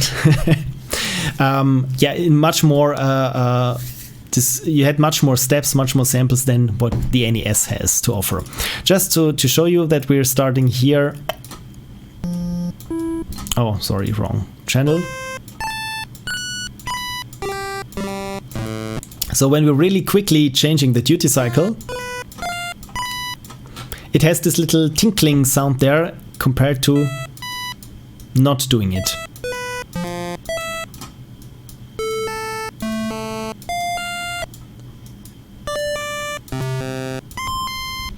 Which is pretty cool, but like I said, can't hold up to the Commodore 64. And this is pretty much how this tracker works. So I will have a look now at the chat, which I'm so sorry that I neglected it. I've just saw that some people left. So I hope, thank you so much for watching. You're not watching this right now, but I hope you have a great evening. Oh, Lady Mistleaf is also going. Bye, Lady Mistleaf. I don't know when you've wrote this, but bye. For those who are still there, thank you so much for watching so far. And you know what? Let's make a little, like I said, a very short little NES music thing. Maybe it's just 64 rows, so it will be just this one pattern here for each instrument, where we'll have a nice little melody, a bass line, and of course the drums, where we'll be using our triangle as well as the noise, so that our drums sound realistic without having to use samples. Okay, so how do you compose in this thing here? Well, like I said, first we need an instrument. I don't like this instrument there. I make it a little bit shorter there. Or not shorter, I just add here, increase here the size and have the instrument something like this. Now this was the triangle. For one thing, as you can see here, now it's obvious, with the triangle oscillator you are a little bit limited to what you can do. For example, here with the pulse channel, you can see we have some kind of fade out there. In the triangle channel this is not possible. The triangle channel is either on or off, but you can't change the volume there. With the noise channel you can change the volume. And what people like Tim Follin or Alberto Jose Gonzalez did very early on was because you can't change the volume of the triangle channel. But what to do if you want your triangle, your bass essentially, to be very prominent and very loud, but you can't change the volume. The trick is, this is very straightforward, is of course to play everything else more quiet, because then when you would play a certain game on the NES and it's too silent, then you just, to quiet, you just turn up the volume on your TV set, because back then you had to stand up and use the volume knob, unless you had of course a TV remote. It's not that old, it's not that long ago, but then nothing would change because it's just in relation to each other, and this is the only way you're able to have some kind of mixing capabilities within NES. So this is why the triangle will always be the loudest, and I've settled for something, like I said, the volume can go from 0 up to F, so 16 steps of volume, and my volume usually sits around at A to maybe 8, so it's just above the middle. It doesn't map linearly to decibels, but it's around half as loud as it could actually go. This is just that the triangle channel sounds really present and nice. So okay, so we have an instrument. How do we play it? You play it of course with the keyboard. You can hit there, you get 2 rows. The bottom row just above the spacebar is your white keys, and the row on top, starting with A, S, D, are the halftones, the black keys, and the row on top, the QWERTY row, is for 1 octave up. If you want to go down an octave or up an octave, you can hit on your number block the multiply or divide sign, or just go here. Where is it? Clean up, no. Instrument. I'm so used to using all those shortcuts that I don't know how to transpose something up. There we go. We can a selection, we can decrease the octave and then increase the octave, or we can just go 1 halftone step up or down, but this only works with the selection. So okay, so we can play here with our keyboard, but how do we log this there in our tracker? Well, now the tracker is in playback mode. We have to switch it to recording mode, and we can do this by hitting the space bar. And now the column on which we are, the row on which we are, is red. So whenever I type something now on my keyboard, it gets registered there as a note, and the cursor skips to the next one. And this is how it sounds. I hit now enter to play the current pattern. And it already sounds a little bit like an NES game, right? It's not much, but it's something. So how I usually start composing when I'm in this tracker here is either I start with some kind of melody that I have in mind and then try to have everything just follow suit, or I start with a bass line and go from there. So I like this plucky instrument there. Sorry, I was in the triangle channel now. So let's leave it at that. I just call it plucky. And I make a new instrument, that is instrument 1. It's important that we know the number of our instruments, because they will show up here. That this, you can see here, now it's 1, and I changed the instrument here to 0, and now play here. Now it's it's 0. And of course you don't have to set the instrument for each note that you're playing. You can just hit delete when you're in, of course I've zoomed in, I'm sorry. When you are here in the editing mode and hit delete, you just delete where the cursor is currently at. You can either delete the note. With the note, of course, you also delete any kind of effects. But you can also delete... it's really not working, my screen zooming software there. I'm sorry. But you can also delete the assignment which instrument is playing it, which is sometimes helpful if you want to change instruments during a song, but use exactly the same pattern, only change the instrument definition there on the first row, and then it plays with a different instrument. Okay, so let's make our bass instrument there. And this actually sounds quite okay.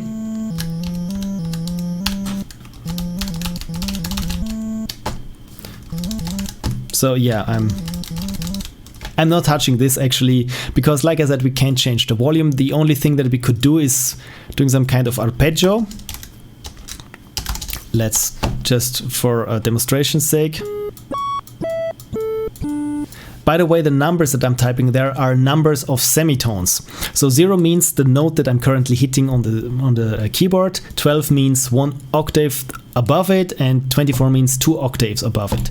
So essentially it plays just an arpeggio. When I'm hitting the D note here, it plays this note, then this D, and then this, and keeps sustaining the latest thing.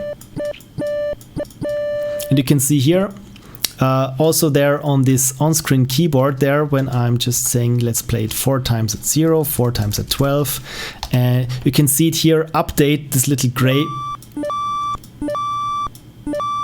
the gray key there, that you actually know which key is playing. But yeah, we don't use this now here, so I just say this is our default instrument for the bass, and I just call it try bass default. Okay, so let's start with some kind of bass. I'm just playing around now here.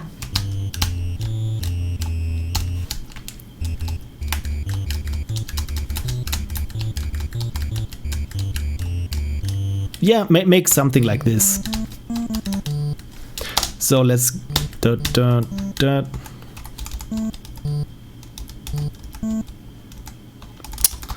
no, what? Let's start like this, da-dum, da-dum, da-dum. And it sounds like a continuous tone.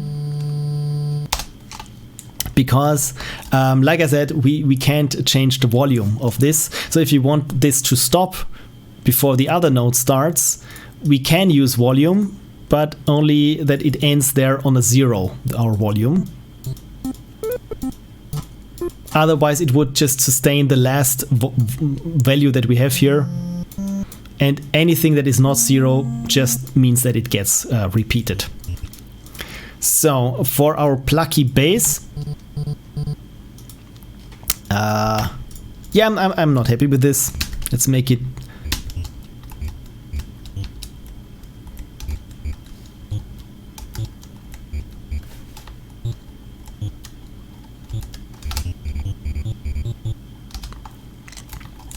yeah, this sounds like NES, but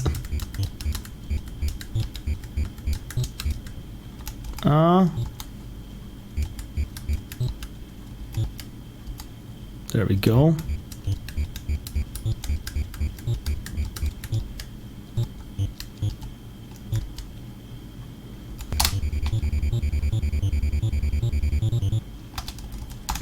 Yeah, something like this. By the way, if this is too fast, we can set here the tempo. Let's switch it to 120. Yeah, and it's not quite there on the beat again. So yeah, let's make it more simple.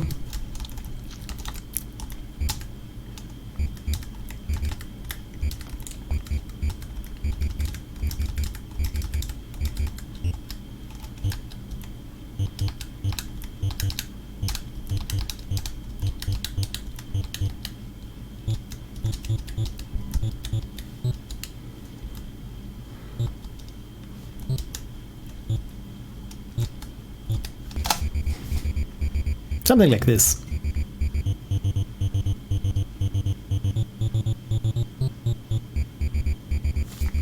And this will just keep looping over and over.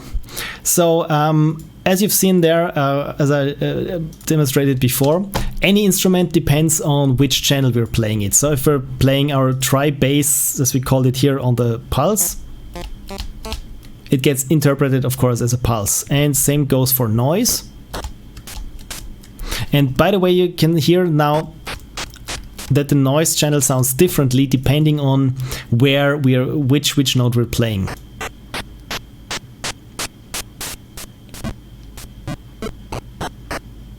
In older games, usually this sound, or this one here, has been used as a bass drum, and this one here as a snare drum. Let me just play it here.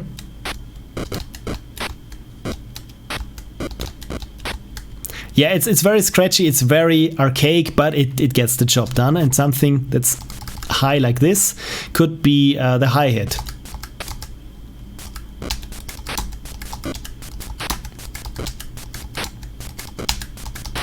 So you get pretty much the gist of it. So, but for the noise, I want to start with triangles as with very short hi-hats as well. So I'm just calling this noise HH for hi-hat, and make sure that I'm here not in the editing mode but on the noise channel. So now the default setting is that it just loops, and depending on which note I'm playing, of course, it plays a different key. But of course I want for my hi-hats that they always sound the same, so that they aren't independent of where on the keyboard which key I'm hitting. So so I have to set their pitch, or maybe their arpeggio, and usually I do this via arpeggio, and I can say here absolute. So I want it to be, no matter where we are, that it always plays, or fixed, that no matter where we are, it always plays a certain note. So I just go by 60. Of course I have to hit enter.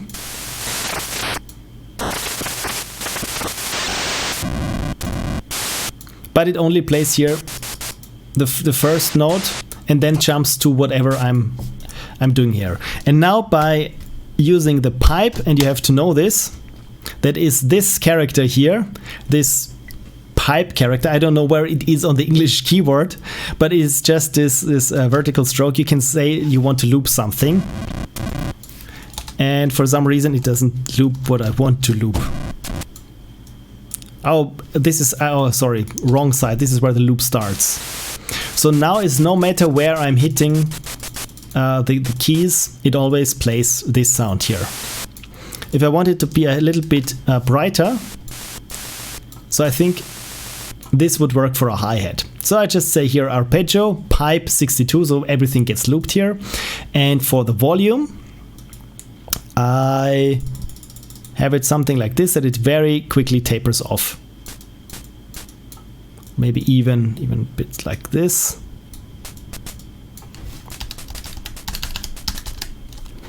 Or even faster. Something like this. Oh, the ancient child has just joined. Wonderful! Hello, Max! By the way, viewers of my postmortems might know Max from our jamming together on Headroom. But let's continue here with our hi-hat sample. So we have here our triangle bass, and now we want to have some drums that go along with it. And I'll play now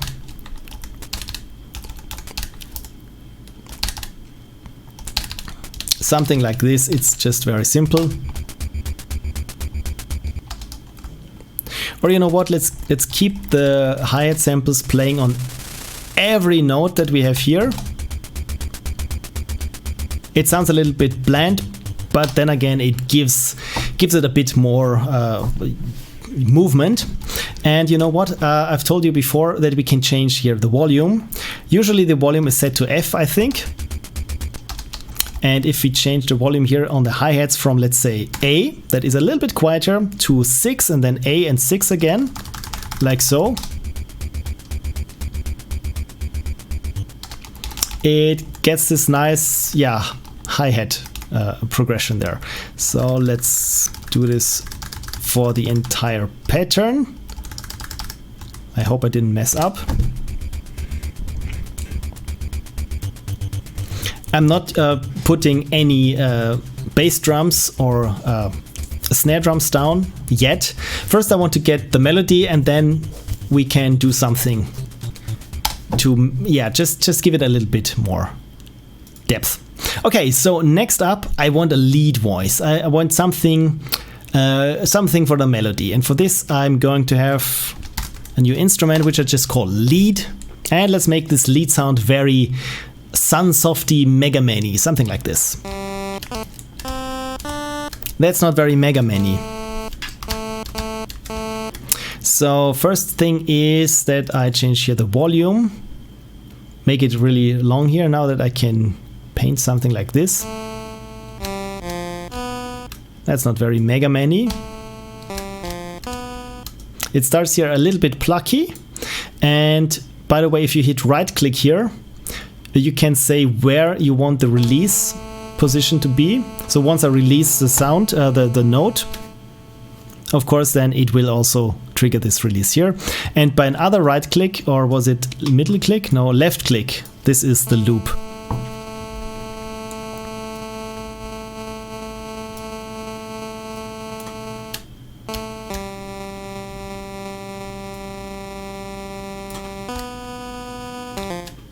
I think this sounds quite nice in terms of the envelope of the volume.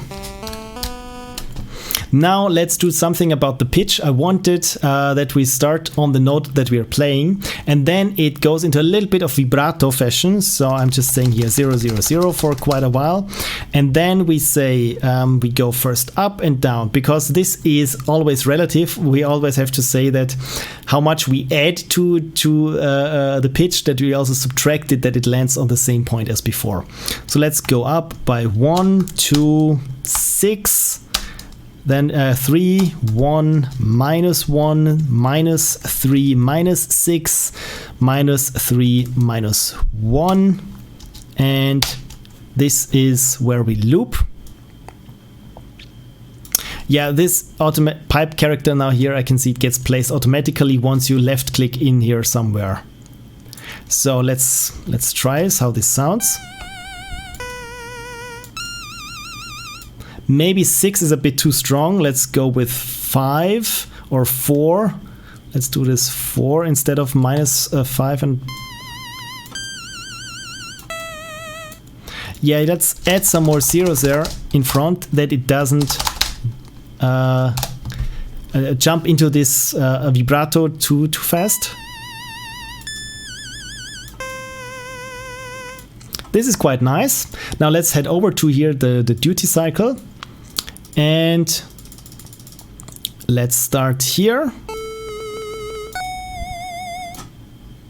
or maybe make it even more aggressive in front.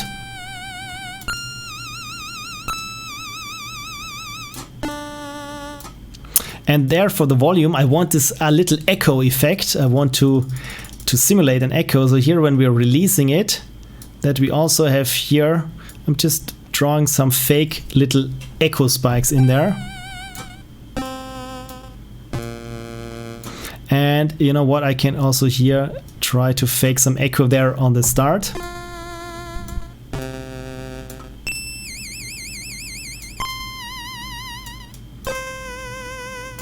And you can see with just those little adjustments there, you get quite a lot of bang for your buck in just one channel. Okay, so let's lay down some notes there. Maybe this was a bit too many notes.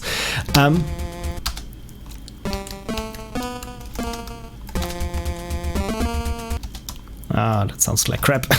I want this a little bit higher, of course.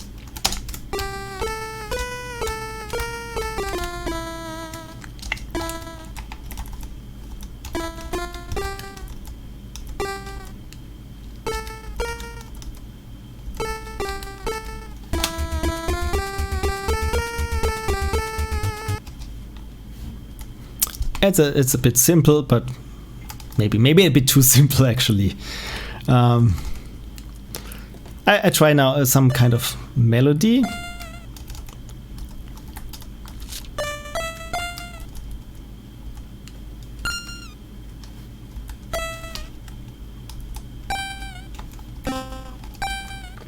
My keyboard, by the way, is German, so whenever I hit a Z or a Y, it gets a different tone than you would expect it, because those letters are swapped.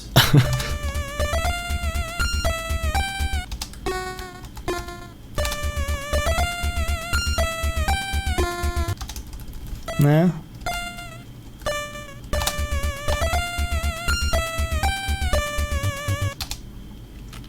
I like this.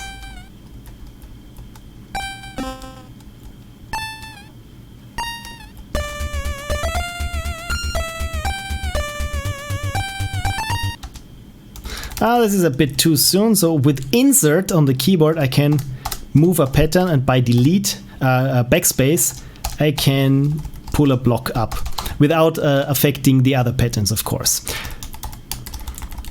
So I've lost a little bit my train.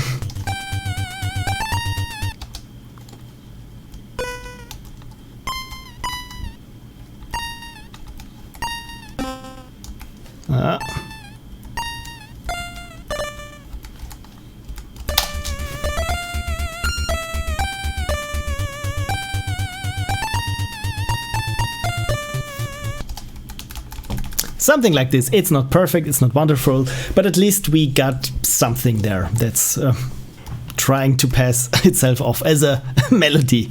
Okay, so it's too loud for one thing, so I change here now the volume for the entire column, because when I set it once, like I said, it just ripples through, so I just hit here 6.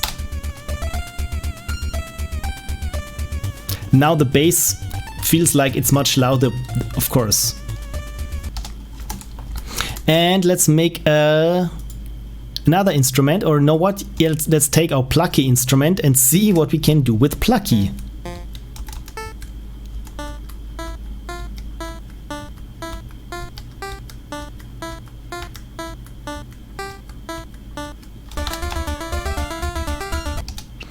Now this of course is much too loud, so I just put it at 3. It's a bit too quiet now. And if this just keeps there playing, so I just copy it and try to see if it works for the entire column. This was too early. There we go.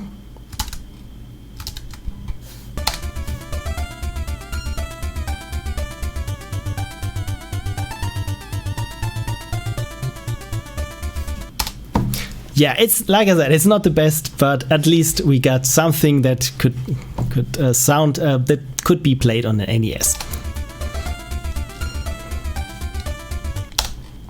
You know what? I want to do something else with the bass. It's a little bit, for my taste, it's a bit too military in a sense. Maybe it's also the drums, but let's try here. Make the bass notes a bit longer, because they're very short right now, that we can have it sustain a bit longer there. You know what? I just keep it until I shut it off. This was a bit too deep.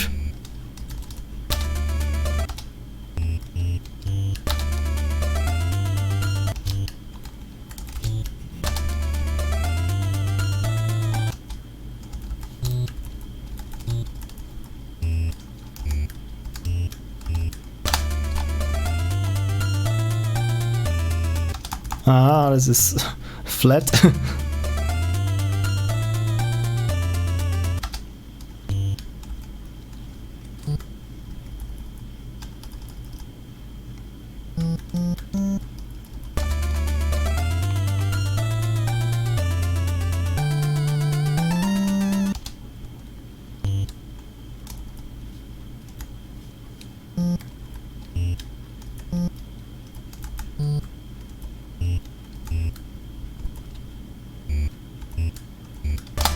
Let's try this.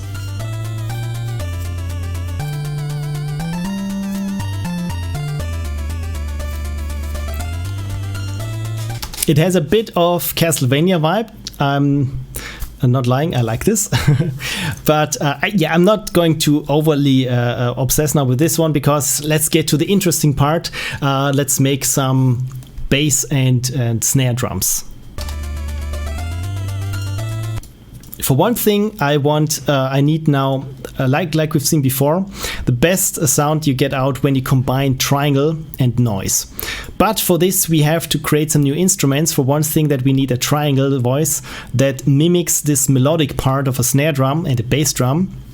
And of course, we need a noise sample that also has a little bit more ring to it. So you know what? I will delete now every other, every other hi-hat there, just that it has a little bit more room to breathe there when we lay down our samples for snare wave. I want to say snare wave because I was thinking of sine waves, but what I mean is snare drums. So let's go with a very simple rock pattern for the drums. So like I said, I'm starting out now here with the laying the foundation in terms of the noise channel there. And I do it as before, where I say, yes, I want it to loop at 48. Oh, not absolute, it's fixed. Maybe 48 is a bit too deep. Let's try 52. To high 50. So this, not 50B, this sound here will be our bass drum for the noise channel. Thank you so much. I call this noise BD, and I create a new instrument which I call noise SD for snare drum, which will be pretty much the same thing. So I can use here, you can see this sequence means that for every instrument that we've made so far, maybe I should really put my phone on silent. Very unprofessional, Phil, very unprofessional.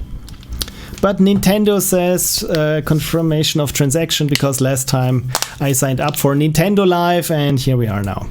So for each volume that we've used, for each of those sequence here steps that we've used before, we can pick them from a different instrument. So if we have something that we've already had, for example, just in terms of the volume setting from our noise channel for the bass drum, we can use this for the snare drum.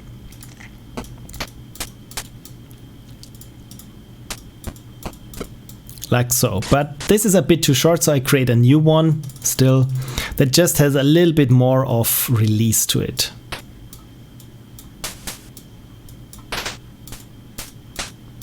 Something like this, and then as before I just fix it to let's say 62. Let's also try yeah, 64. That's too deep. 57. No, maybe 59. Yeah, I think this sound as the snare part in our snare drum should work nicely. Maybe a bit longer even, that it rings a bit longer. Right, cool. So now let's lay them down.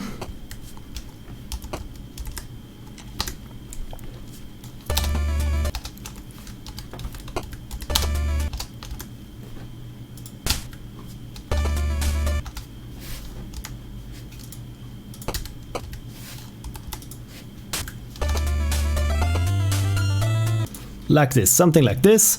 Then we just repeat it until we're more or less at the end of our pattern, where we just have some more action there on the snares.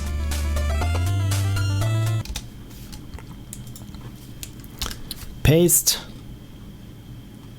And where is 20? There we go. Paste. 30. Paste. And there at the end I want more snares.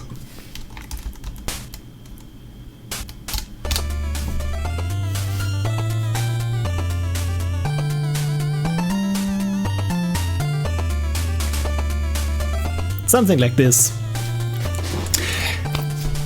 And finally, we want our snare drum or and bass drum to have this oomph, this boof, boof sound to it. And as we've seen, the noise channel is not melodic. We can't get it with this. We also can't use the pulse channel because they're playing the melody and the accompaniment. But as we've seen before, we can use the triangle channel because since it's used for the bass channel and psychoacoustically, you're not very likely to hear the bass, that a bass note is missing when a drum such as a snare or a bass drum is playing. So we will use this to our advantage, and I show you just the basics here, and we call this triangle BD one shot. And for the bass drum, I just, with the volume, we can't just, it's binary, so we want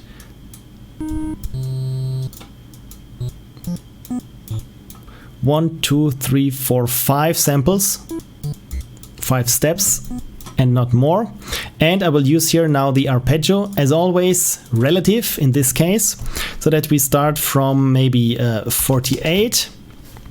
And then go to 44 or maybe 40, 38 or 37, 35, 34, something like this. Just let me show you.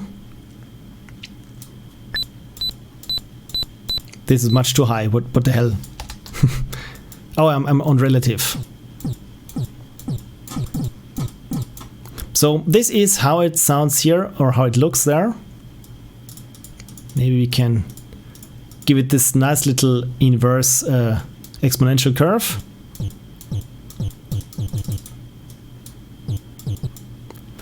Maybe it's even too long there from the volume, so maybe 5 is too long. This will be our bass sound, like I said. But the problem is now that if I exchange now the instruments for wherever our bass is playing, let's try this. The bass won't be playing anymore, so this is bad. So how do we fix this? I think maybe I've did things wrong now. But no, you know what? I can use here my try bass, and I will just clone the instrument, or deep clone. The difference between clone instrument and deep clone is, as we've seen before, when I deep clone, also the sequence here gets cloned. Because otherwise, when I'm changing this sequence there, for example, for the volume, then I will change it with all the other instruments that would be using it. So again, I deep clone this instrument here and call this triangle bass drum sustained. Because the thing is, now we want this bass drum sound, but then it should snap back to whatever the triangle was playing before, so that it plays its little sound for the bass drum and then jumps right back into being our bass sound again. So this is our volume. So now I head over to, was it pitch or arpeggio? So when I'm on fixed, let's try this there again. Just so now it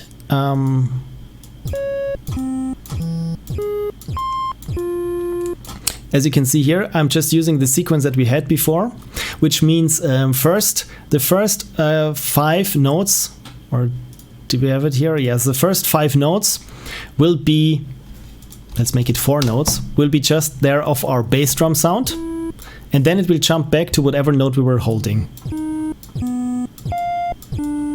which is exactly what we want. So this is now instrument 7.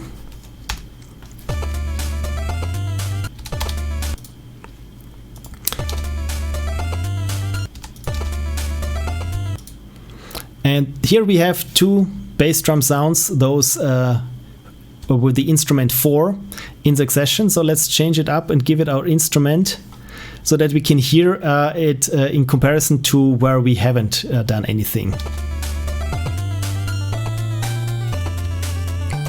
Do you hear it? I play it again. Now I'm playing just the triangle and just the noise so that you can really hear it, how much oomph it has there in the first beat. there's missing something, and this is the entire trick. So of course I have to copy it here because we have here 2 bass drums in succession.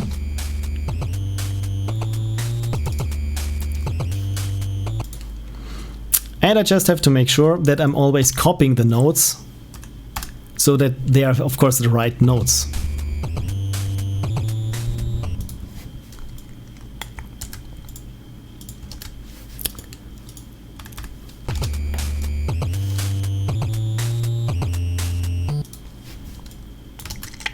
Here it gets interesting because the bass is now pretty high, but should work.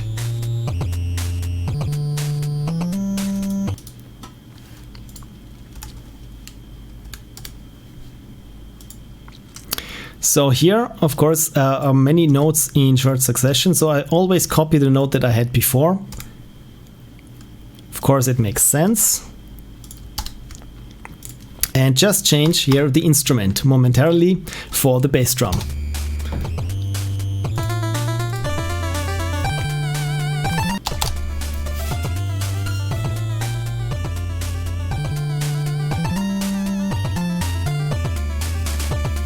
And the final thing that we have to do now, apart from from the horrific melody, is doing the same thing there for our snare drum. So I will just copy my sustained bass and also just deep clone this instrument. And instead of having it go here pew, pew, very deep, I will go a little bit higher, that it just matches more how you would have the sound of a snare drum. And for this maybe we needed to have it a bit longer, just putting down here some spaces. It sounds like a little bit like the Mega Man toms. So it's a bit too long perhaps.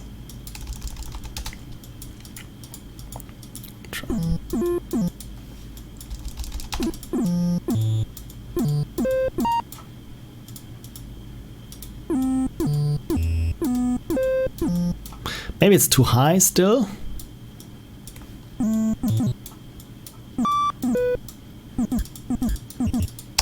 Let's try it. Let's try it this way. So our snare drums are wherever here the instrument number 5 is used. This is our cue. So again, I copied just what we had before and tried here with the first bar. This is G2. And which instrument? Oh, of course, we need to use instrument number 8 and not number 5. So our cue is whenever there in the noise channel number 5 is used, we use instrument number 8. And you can hear it already sounds much better. Once more. And this is Phil's guide for very cheap and quick chip music.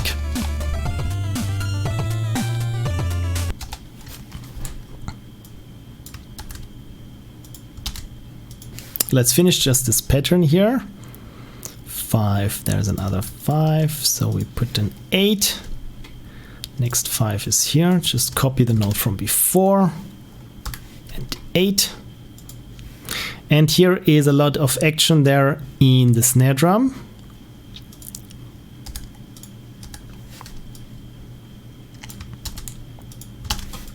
And voila!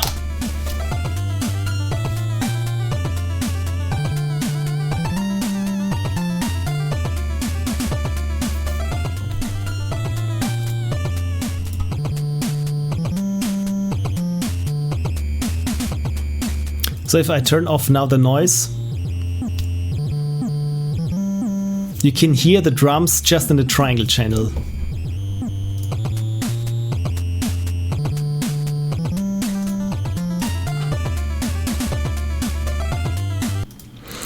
And so on and so forth. And when you feel like, yeah, this pattern sounds nice, you can just add here another pattern, and you can of course go all the way back. The first time when I was starting out with trackers there and just wanted to add here a new line, and I hit plus, and then I just changed the pattern here to 1, and this one here was gone. So yeah, just insert a frame here, and then everything is set to 1. And if you insert another frame, this is, I think you have to do this in the settings there, otherwise it would be just 1 and 0 again. So, and this is how you construct a song. If you want it to loop or any kind of other effects, maybe we can do some weird shit with effects. For example, let's find here the automatic portamento. What is this? Automatically slides to new notes with XX steps in pitch units every tick. Use 0 to disable. So let's go here on the very first frame here of our instrument and say, yes, I want automatic portamento. And let's, since it's between XX, so it means we have between 0, 0 and FF. So I just start with 7F, which is half the way between, and see if it's too fast, too slow. I don't hear anything, so let's try 0F. Okay, so this is already pretty fast. So let's go with 5.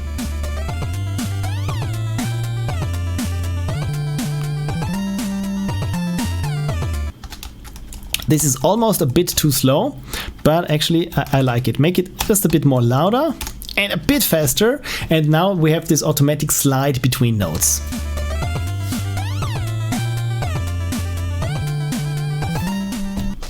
And this one here, where we are just jumping an entire octave, I think this is a little bit too strong. So we want to disable our portamento just for this one note.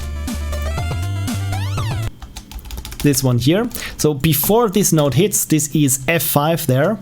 I just switch back to portamento 3, and it says here, use 0 to disable. So there we go, 1 frame before. And here we are again, and then I just set it back to 6. Okay, so there was the problem. So then I enable it here with the next note again. So it was this coming back.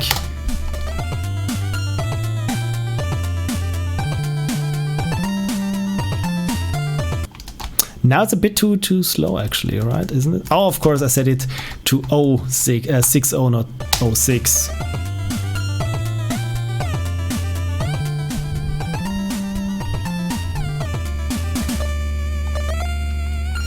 Alright, now our song continues because I added here some new patterns. So I just delete the frame. So those are called frames. Each individual number here is called a pattern, and those are, I think each step there is called a step, I think. So we got a couple of number of different time units there. So I just remove the frame and remove this frame here, so that just what we had loops over and over.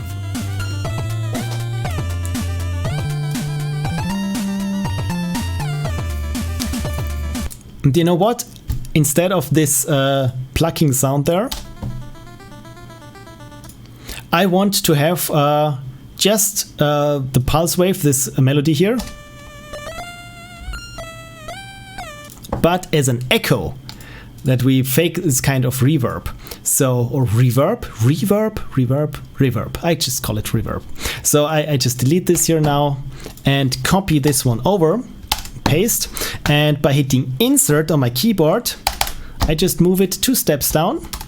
And as for everything else, I keep it as it is, but the volume is now set to 8. And for a reverb, I want to have it a little bit more quiet. So I just put in 5. Could you see it? No, it's not 5. Now there it is.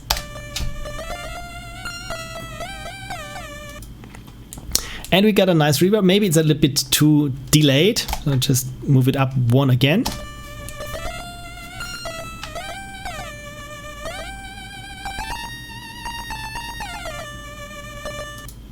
And it's a bit too loud. And you know what? Maybe this plucky sound on the start, it works very nice on the main voice, but for the reverb, it's a bit too strong. You know what I mean? So I make a different instrument, and I call this deep clone instrument, and I call this I call it lead verb. and actually it's this duty cycle that's doing this. So I give it this nice soft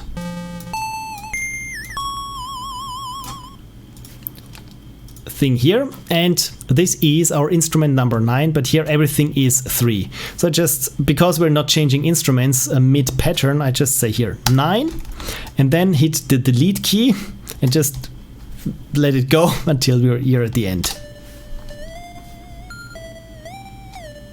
And let's see how this sounds as a reverb with all the channels activated. By the way, if I click once, I deactivate a channel, and if I double click on it, everything else gets deactivated. So it's just the reverse.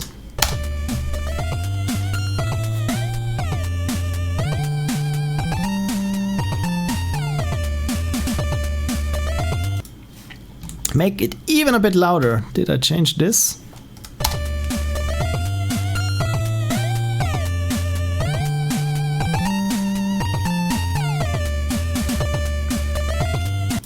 And those are most of the tricks that I know when it comes to NES music, chip music creation. And this is our duty cycle. Cool, now we don't need to save this.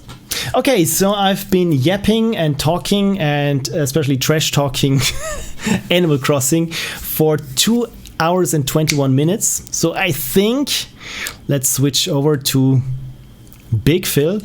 I think we can call it a night at this point and see if there are still some people present. And yes, there are. This is so nice.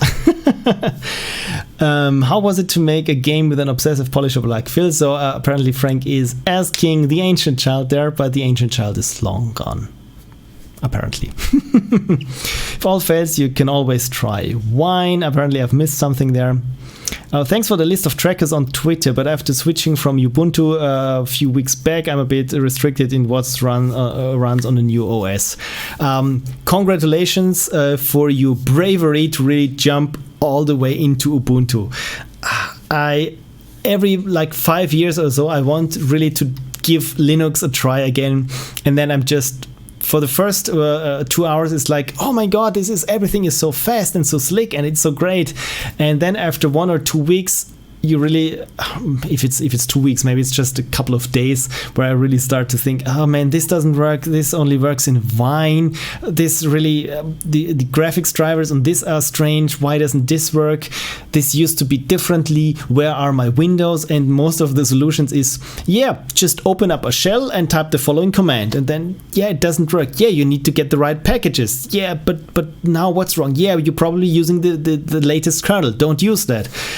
And this is usually the time that I think, yeah, screw this. No, I'm going back to Windows because I'm not smart enough for this. I'm just not that much of a fiddler to be tweaking and fiddling around with it. But then again, you don't have much choice, especially as for me, where most of my software is, especially the Adobe software, is pretty much Windows based.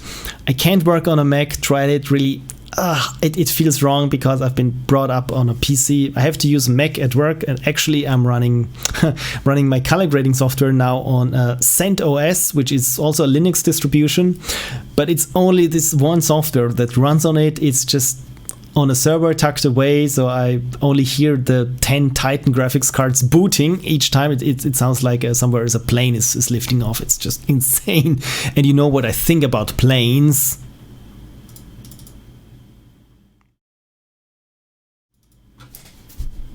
So yes, this is me hating on some more things, because why not?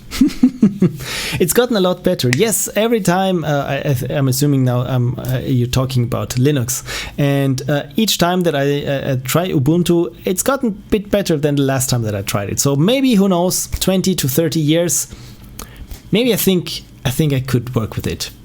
But the cool thing about this whole open source thing is that no matter what is broken, most of the time, if you really have the time to, you can really dive into it and fix it yourself, which is great. So the only thing that you have to have is Linux and a C++ compiler running, and you're good. Okay, my voice again is starting to feel a little bit sore. My voice is getting husky, which is good, especially if I'm recording some audiobooks. Audible.com for all your audiobooks needs. Just check out Audible because apparently they are sponsoring every podcast. So if you're hearing this, Amazon, I'm still there. Just send me some money. I'm happy to say the word Audible. Or stamps.com. Who knows? Work still forces me to use Windows. Oh, I'm so sorry for you because I think every person deserves the operating system at their workplace they're the most comfortable with. No matter whether it's Windows, Linux or Mac, because like I said, I was brought up on DOS and Commodore Basic. So this is what I feel is a solid operating system. Windows 3.11 was great. Windows 95 was a revelation. Windows 98 was horrible. Windows NT and then Windows 2000. Windows 2000 was my most favorite operating system until Windows XP 64 was good enough. And then I switched to, as we all did, I think, to Windows 7. And everyone hated on it, and I thought it was nice, but the 64-bit drivers, because it didn't catch on at first, I think it took me half a year until I could print again from my system, which was horrid. And then, of course, Windows 8 and 8.1, and we all hated those stupid tiles, but Microsoft said, you're gonna love the tiles, we're not removing them. And then Windows 10 came along and said, the tiles are now in the corner, you don't have to use them if you don't want. By the way, talking of things that I don't want, my phone here is a Samsung and it got a nice button here. It got this little switch here for louder, quieter, and the Bixby voice assistant. And in all those months that I'm having this phone, I wanted to just switch it a bit quieter for, I don't know, 10,000s of times. And the times that I wanted the voice PDA assistant that is called Bixby, that was 0 times that I wanted this. So you can guess how often I switched on Bixby when I wanted just to turn the volume down. So if it's more often than 1, it's not a good design. But apparently, hey, it's their phone, you bought it, so shame on you. So yeah. Okay, so I think this has gone on for quite too long now because I'm just now ranting on technology, which is never good for a live stream because there are always people who say why you are wrong. And fair enough, I think I'm wrong most of the time. But at least I got an opinion, so this is why I'm on the internet. In other news, how's Corona affecting your life? As I said before, just throw in between, it doesn't affect me much. Of course, I miss going out, driving around, going to the cafe, sitting at Starbucks, really. But then I think after a week I've settled in, and the good/bad thing is that I'm not really trapped because I need to go out to work. Because everyone else is working from home, but because now everyone is working from home and I got this huge big equipment there that is just collecting dust, of course I go to work and the only person that I see is some security guard at the lobby, and I wave when they come, and then is a different one when I leave at 2 in the morning. So it's just a different kind of isolation. But it's weird. I don't know how your workplaces transitioned over to doing everything just by Skyping and Microsoft Teams. And it was weird because you see everyone, you know my setup. When I'm just having this team call once a week with all my colleagues and my boss, it is this setup here. Maybe without the lights, but it's pretty much the same thing, and everyone else is just sitting on their couch with their MacBook and the audio quality is horrible. And the point is, colleagues already said to me, they joked, looks like you're a YouTuber. And I go, yeah, isn't that weird? So I think they are on to me. Nobody knows what I'm doing here with this whole Pixel Prophecy thing, and I'm not quite sure, but I think I want to keep it that way. But yeah, the point is, I think they are onto me. Maybe it's the setup here, or maybe it's the unicorns. I don't know. So maybe I should lay low for a couple of weeks and not give them any wrong ideas that they should be here and like and subscribe, you guys, and let me know in the comments. Etienne is here. Hello, Etienne. Thank you so much. You're the best. I hope you're talking about me and not about someone else. You know what? I just assume you're talking about me when someone's saying you're the best. So thank you so much. I appreciate it very much. Have a nice evening. Oh, bye, Inkty. I'm sorry. I didn't say bye when you were leaving. Oh. I'm just working from home with some Google Hangouts. One day they'll find you. Yeah, it's actually good when you just can communicate by text only, because those video conferences are weird, especially if you don't have much to say. So it's you really can't just goof around or go picking your nose or something, because you never know who is watching you at this given time. It's this panopticon where you don't know you're being watched, but you think you can assume that every second that you are being watched. This is why I'm just sitting like this. Right. For 40 minutes, because most of the time I don't have anything to add, because I'm pretty much out of the loop. Like I said, I work night shifts and I'm one of 2 colorists, so I don't have a lot in common or the same problem as all the other editors that are there. So yeah, my point is that I don't have a point. It's just a bit weird. But what I think is probably going to happen with this whole situation, that once everyone has acclimatized to this teleconferencing, working from home, is that once things start to get normal again as they were before, I think many people will realize, you know what, it's much nicer for me to just be able to work from home. And I think we will see quite a tendency to keep this whole working from home office in your home thing going. By the way, you noticed my hesitation when I said home office, because in German we call it home office when you're working from home.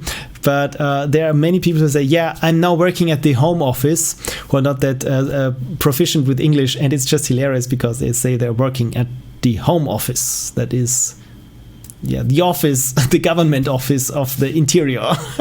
So it's quite fun thinking about it. Man, I'm rambling. So let's cut this short for this week. Again, thank you so much for staying with me. I hope you drink enough, because it's important to wash your hands, touch your face, and no, not touch your face. Don't touch your face. Just wash your hands, touch your face, and drink a lot. And most importantly, don't take advice from me, apparently. All right, one last look at the chat and your next meeting with like and subscribe, and I think I shall. I already joked a bit last time. Yeah, I'm a YouTuber. Next you're gonna hear me say hit like and subscribe. You know what? I will go for it all in, so they can just joke that I'm a YouTuber, and joke's on them, because I am! Okay, thank you so much. Have a great week, and see you if you're a Patreon. See you in the Discord. Maybe next week I have something that pertains your work. Like I wrote in my latest Patreon update and in the Patreon Discord, that I'd be happy to help work on some visual problems one of you might be having, in terms of, my items are not legible enough against the background, or something along those lines, because it's always fun to do some paint overs and quick sketching and just working with colors and glows and stuff in Photoshop. So yeah, maybe we'll get to it next week. And Bejudesh says, thanks for the stream. Thank you so much. You know what? When I'm streaming, you never know if there is anyone out there, especially when I'm just going on a half-hour tangent about NES music creation. And at the back of your head, you think, nobody's going to watch this. I'm just talking into a camera and I'm just gone crazy, and it has already gotten to me. So thank you so much for showing me that you are still there. It's so great to be here for you, and I hope you had just two and a half enjoyable, I hope at least, let's say, not boring hours in one way or the other, whether you agree or not. Maybe I just could help take your mind off things and get nerdy about NES music. Why the hell not? Okay, Badger Dash, Frank, Inkd, Etienne, and Vitaly, and who else is still there? There are 7 concurrent viewers. One is probably myself. I say thank you so much. Have a great week. Stay safe, stay healthy, and yeah, see you next week. Until then, bye.